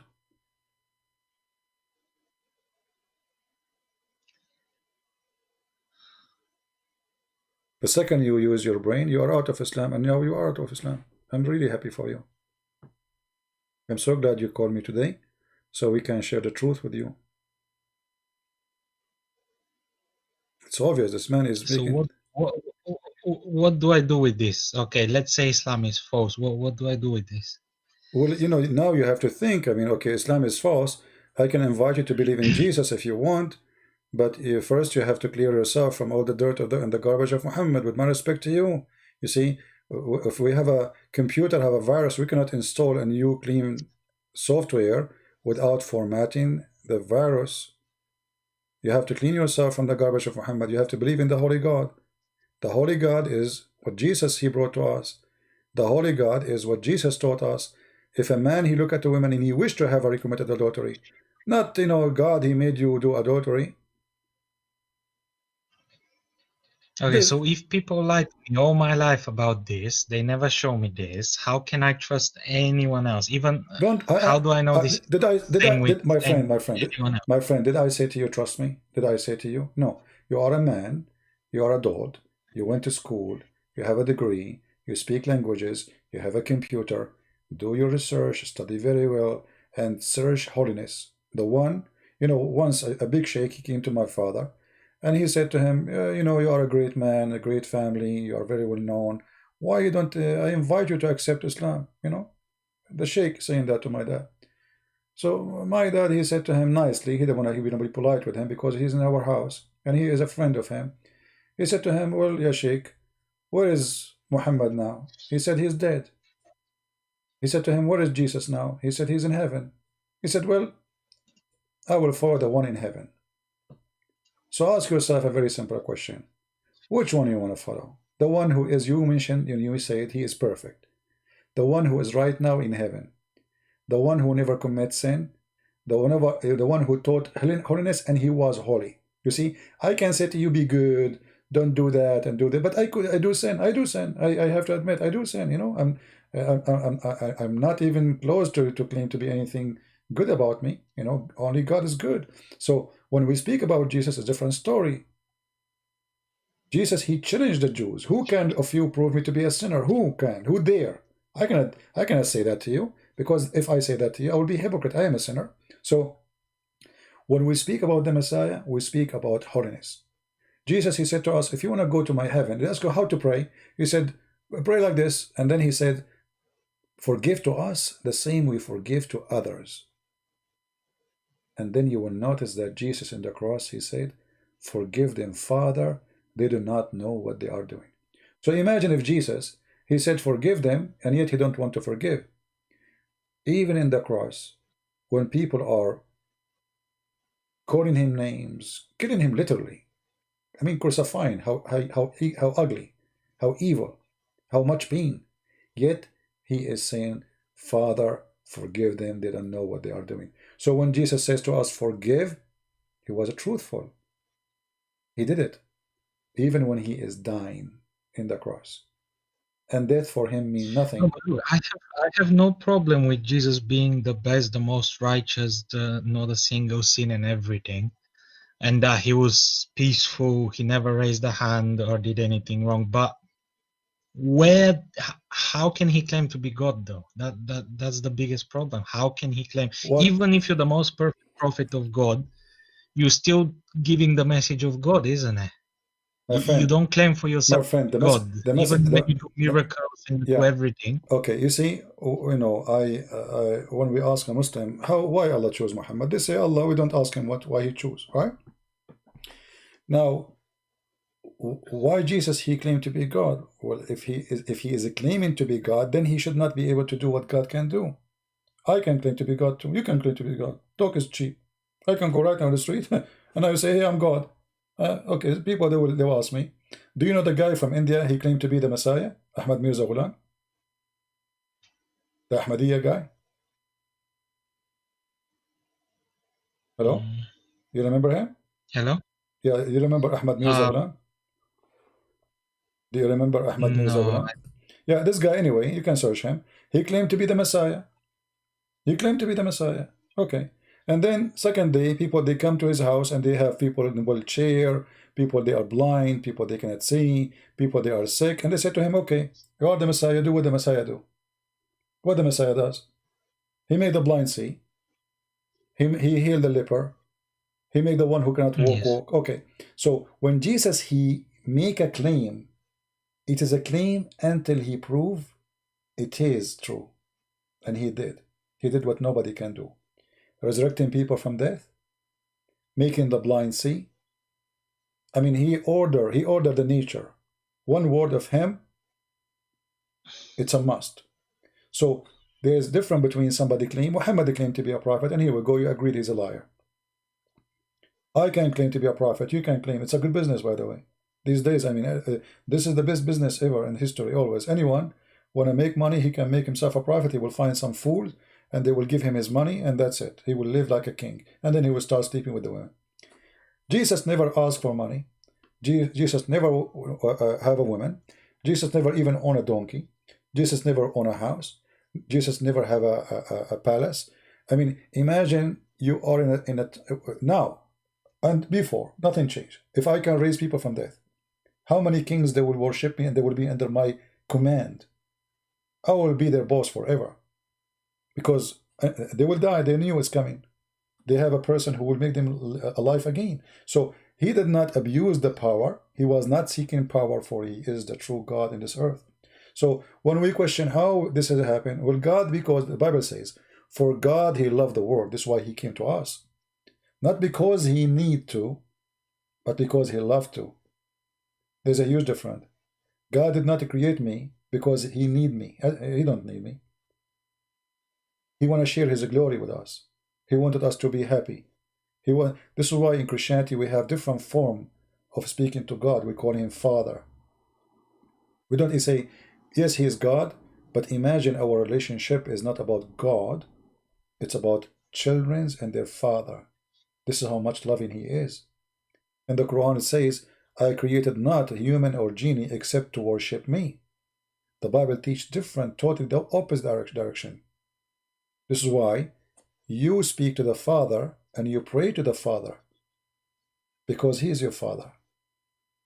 He is your God, yes, but he is not an evil one. He loves you. So when I speak about Jesus, I try to find the intention of this person. His name is Jesus. What he want from me? What he want? Did he want something from me? No. Did he ask for something? No. Did he ask for the fifth of the booty like Muhammad? No. Did he ask women, hey, will give yourself to me? No. He asked you to be holy. He asked you to be loving. He said, love your enemy. I mean, everything he said is for the benefit of mankind. Nobody can question that. Love your enemy. I mean, imagine, my friend, if all mankind, they practice one sentence of Jesus, which is love your enemy. Guess what? We will have no war. We will have no thieves. We will have no criminals. We will have no death. We will have no people crying because people love each other. Just one sentence of Christ's teaching is the solution for mankind. Not the book. You see, just sentence is better than all the books in the world. All the book of wisdom. So Jesus did not fail. True. Jesus did not fail, my friend. We fail. We fail to love each other. We fail to be good to each other. In the Quran, go attack them, go kill them, go take their money, go etc. And then somebody will say to you, oh, and like in the Old Testament, there's war. We have to understand that those people, they are under attack too. The Jewish, they were trying to survive. But Jesus, he wants us to take us to higher level. Everything was to prepare for the coming of Jesus, to the point where he can say, love your enemy. And still after 2,000 years, people don't want to listen. People full of hate. Christians are not being Christians. Jewish are not being Jewish. Muslims killing each other. War everywhere. Corona, crazy stuff. Even people want to use people just even when they are dying from Corona. People, they want to hack Corona. Want to say it in the market. I mean, even death is a business in the world today. So with the Messiah, we have a new life. And I invite you, my friend, you are a smart person. I invite you to the best I have. His name is the Messiah. I invite you to accept him as your Lord, as your Savior. And it's up to you. I will. You will. Do you accept the Messiah as your Savior? Yes. Amen to that. Hallelujah. A happiness today in the kingdom of God. We have our friends. Did you hear it, people? Praise the Lord. We have a child of God. He came back home. Don't think that Jesus is the winner. You are the winner. Don't think Christian Prince, he won a debate. I did not. You are the winner. I lost from my time, my friend, and you are the winner. I spend my night with you, but you are the winner. It's not me. And it's not the Messiah. It's you. I'm so happy for you. I say, and I pray that the Lord will bless you, bless your family. And if you need me to talk to them, I will be so happy to talk to them, and I will speak to them. I will promise you, I will speak to them very politely. Your parents, anyone you want. I will be happy. You can contact me anytime, and I will be happy to talk to them. And today, you are a new person. Today, you need to forget about all bad things you learned from Muhammad, all bad things you learned from this madness. You are a child of God, my friend. You are a loving person. You are a new person. Do you have a copy of the Do you have a copy of the Bible? Yes. All right. Well, I advise you to start reading from the book of John, and I want you to read. Let me tell you about how I read, and maybe I'm not telling you how to read, by the way. I'm saying to you how, let us take it from a brother of you. How I do things. Let us say. All right. I'm not going to teach you how to read, but when you read the Bible, don't read it as a story. Live the story. So you can imagine it. Imagine that Jesus is speaking. Imagine people they are around. Imagine people they are asking. Imagine Jesus is answering. And then you can live the story. And then you can observe it better. And you will find how amazing Christ's teaching is. Read, ask, learn. And the more you read, the more you will notice that you are learning more. Which means the same chapter, if I go right now to John chapter 1, after all those years, how many times I did read it? If I start reading now and I sit alone, I will find something new. The Lord will inspire me. The Lord will open my eyes. So I pray the Lord will open your eyes and he will inspire you and he will teach you, not me. No man can teach, only God. And this is why we are listening to the word of the Lord, and he is the only teacher. He's the only master we have. It's not Peter who teaches us, it's not Paul who teaches us, as Muslims they say to you. We are following Jesus. We don't follow any man. The rest are just disciples, and you can be one of them. You can be disciple of the Lord and bring as many Muslims as you can. And the Lord will be so happy to have you. I will show them what you showed me. Contact me if they want to talk to me. If they don't want to go live, no problem. We can go on private. But if they want to go live, even better. And I promise you, I will speak to your family in a very respectful way. Even though it's very... My family is Christian. Your family is a Christian, so what happened? I guess I lost my way. Well, you are back, my friend. I'm so happy for you. Your family are saved, and today you are saved. Go tell your mom. Go. Tell your mom, hey, I became a Christian. I'm back. I'm back home. Let her cry and give you a hug. I'm sure she... Thank you for showing me all this. I'm so happy for you, my friend. Do you want to say anything to people around you? People are happy for you. Look how people are happy for you. Yeah, I'm watching the chat. Thank you, Owen. God bless you. All right, my friend. God bless you, and God bless your mother and your father and your family, and we pray for them, all of them. And I'm happy that today your new year is different. The family new year is different. Now you have a Christmas next year. Next year you will be the first to say to your mother, Merry Christmas, Mom. Praise the Lord. Thank you. Praise the Lord. Thank you for calling. Take care. Good night. Bye-bye. Good night, brother. Good night.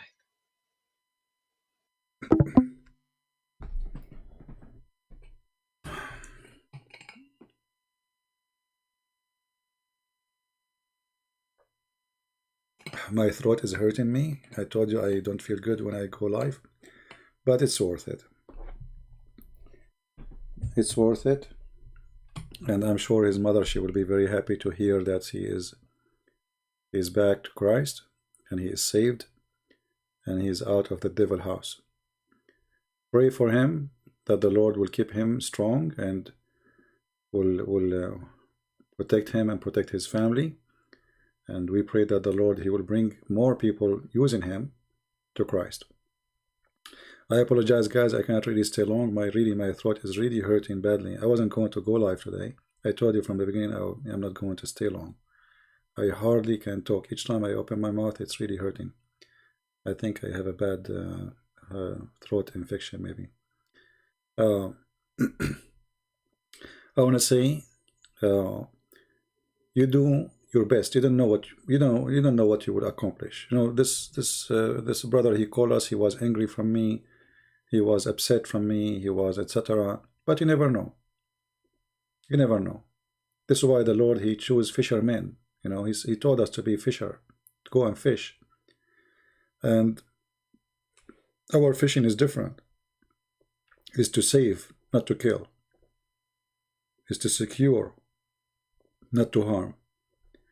So I'm glad that he called us today, and I pray that every day we will have more Muslims to call. They call us as Muslims, they hang up as a Christians. And this is not the first time happened. We have thousands of Muslims who left Islam watching our videos. Some they left on air, sometime in private because they don't want to speak about it.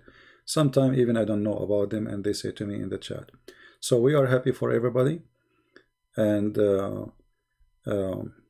until we see you, if I am okay tomorrow, I will go live. Subscribe, join us. You can follow us in Patreon too, if you care.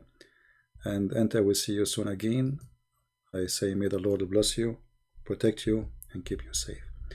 And this is your brother Christian Prince. Wish you the best. And don't forget again to pray for our friend. We do not know his name. Pray for him. Who doesn't matter who is he. We pray that he will be a light in his house and for people around. Thank you, and God bless you. Take care.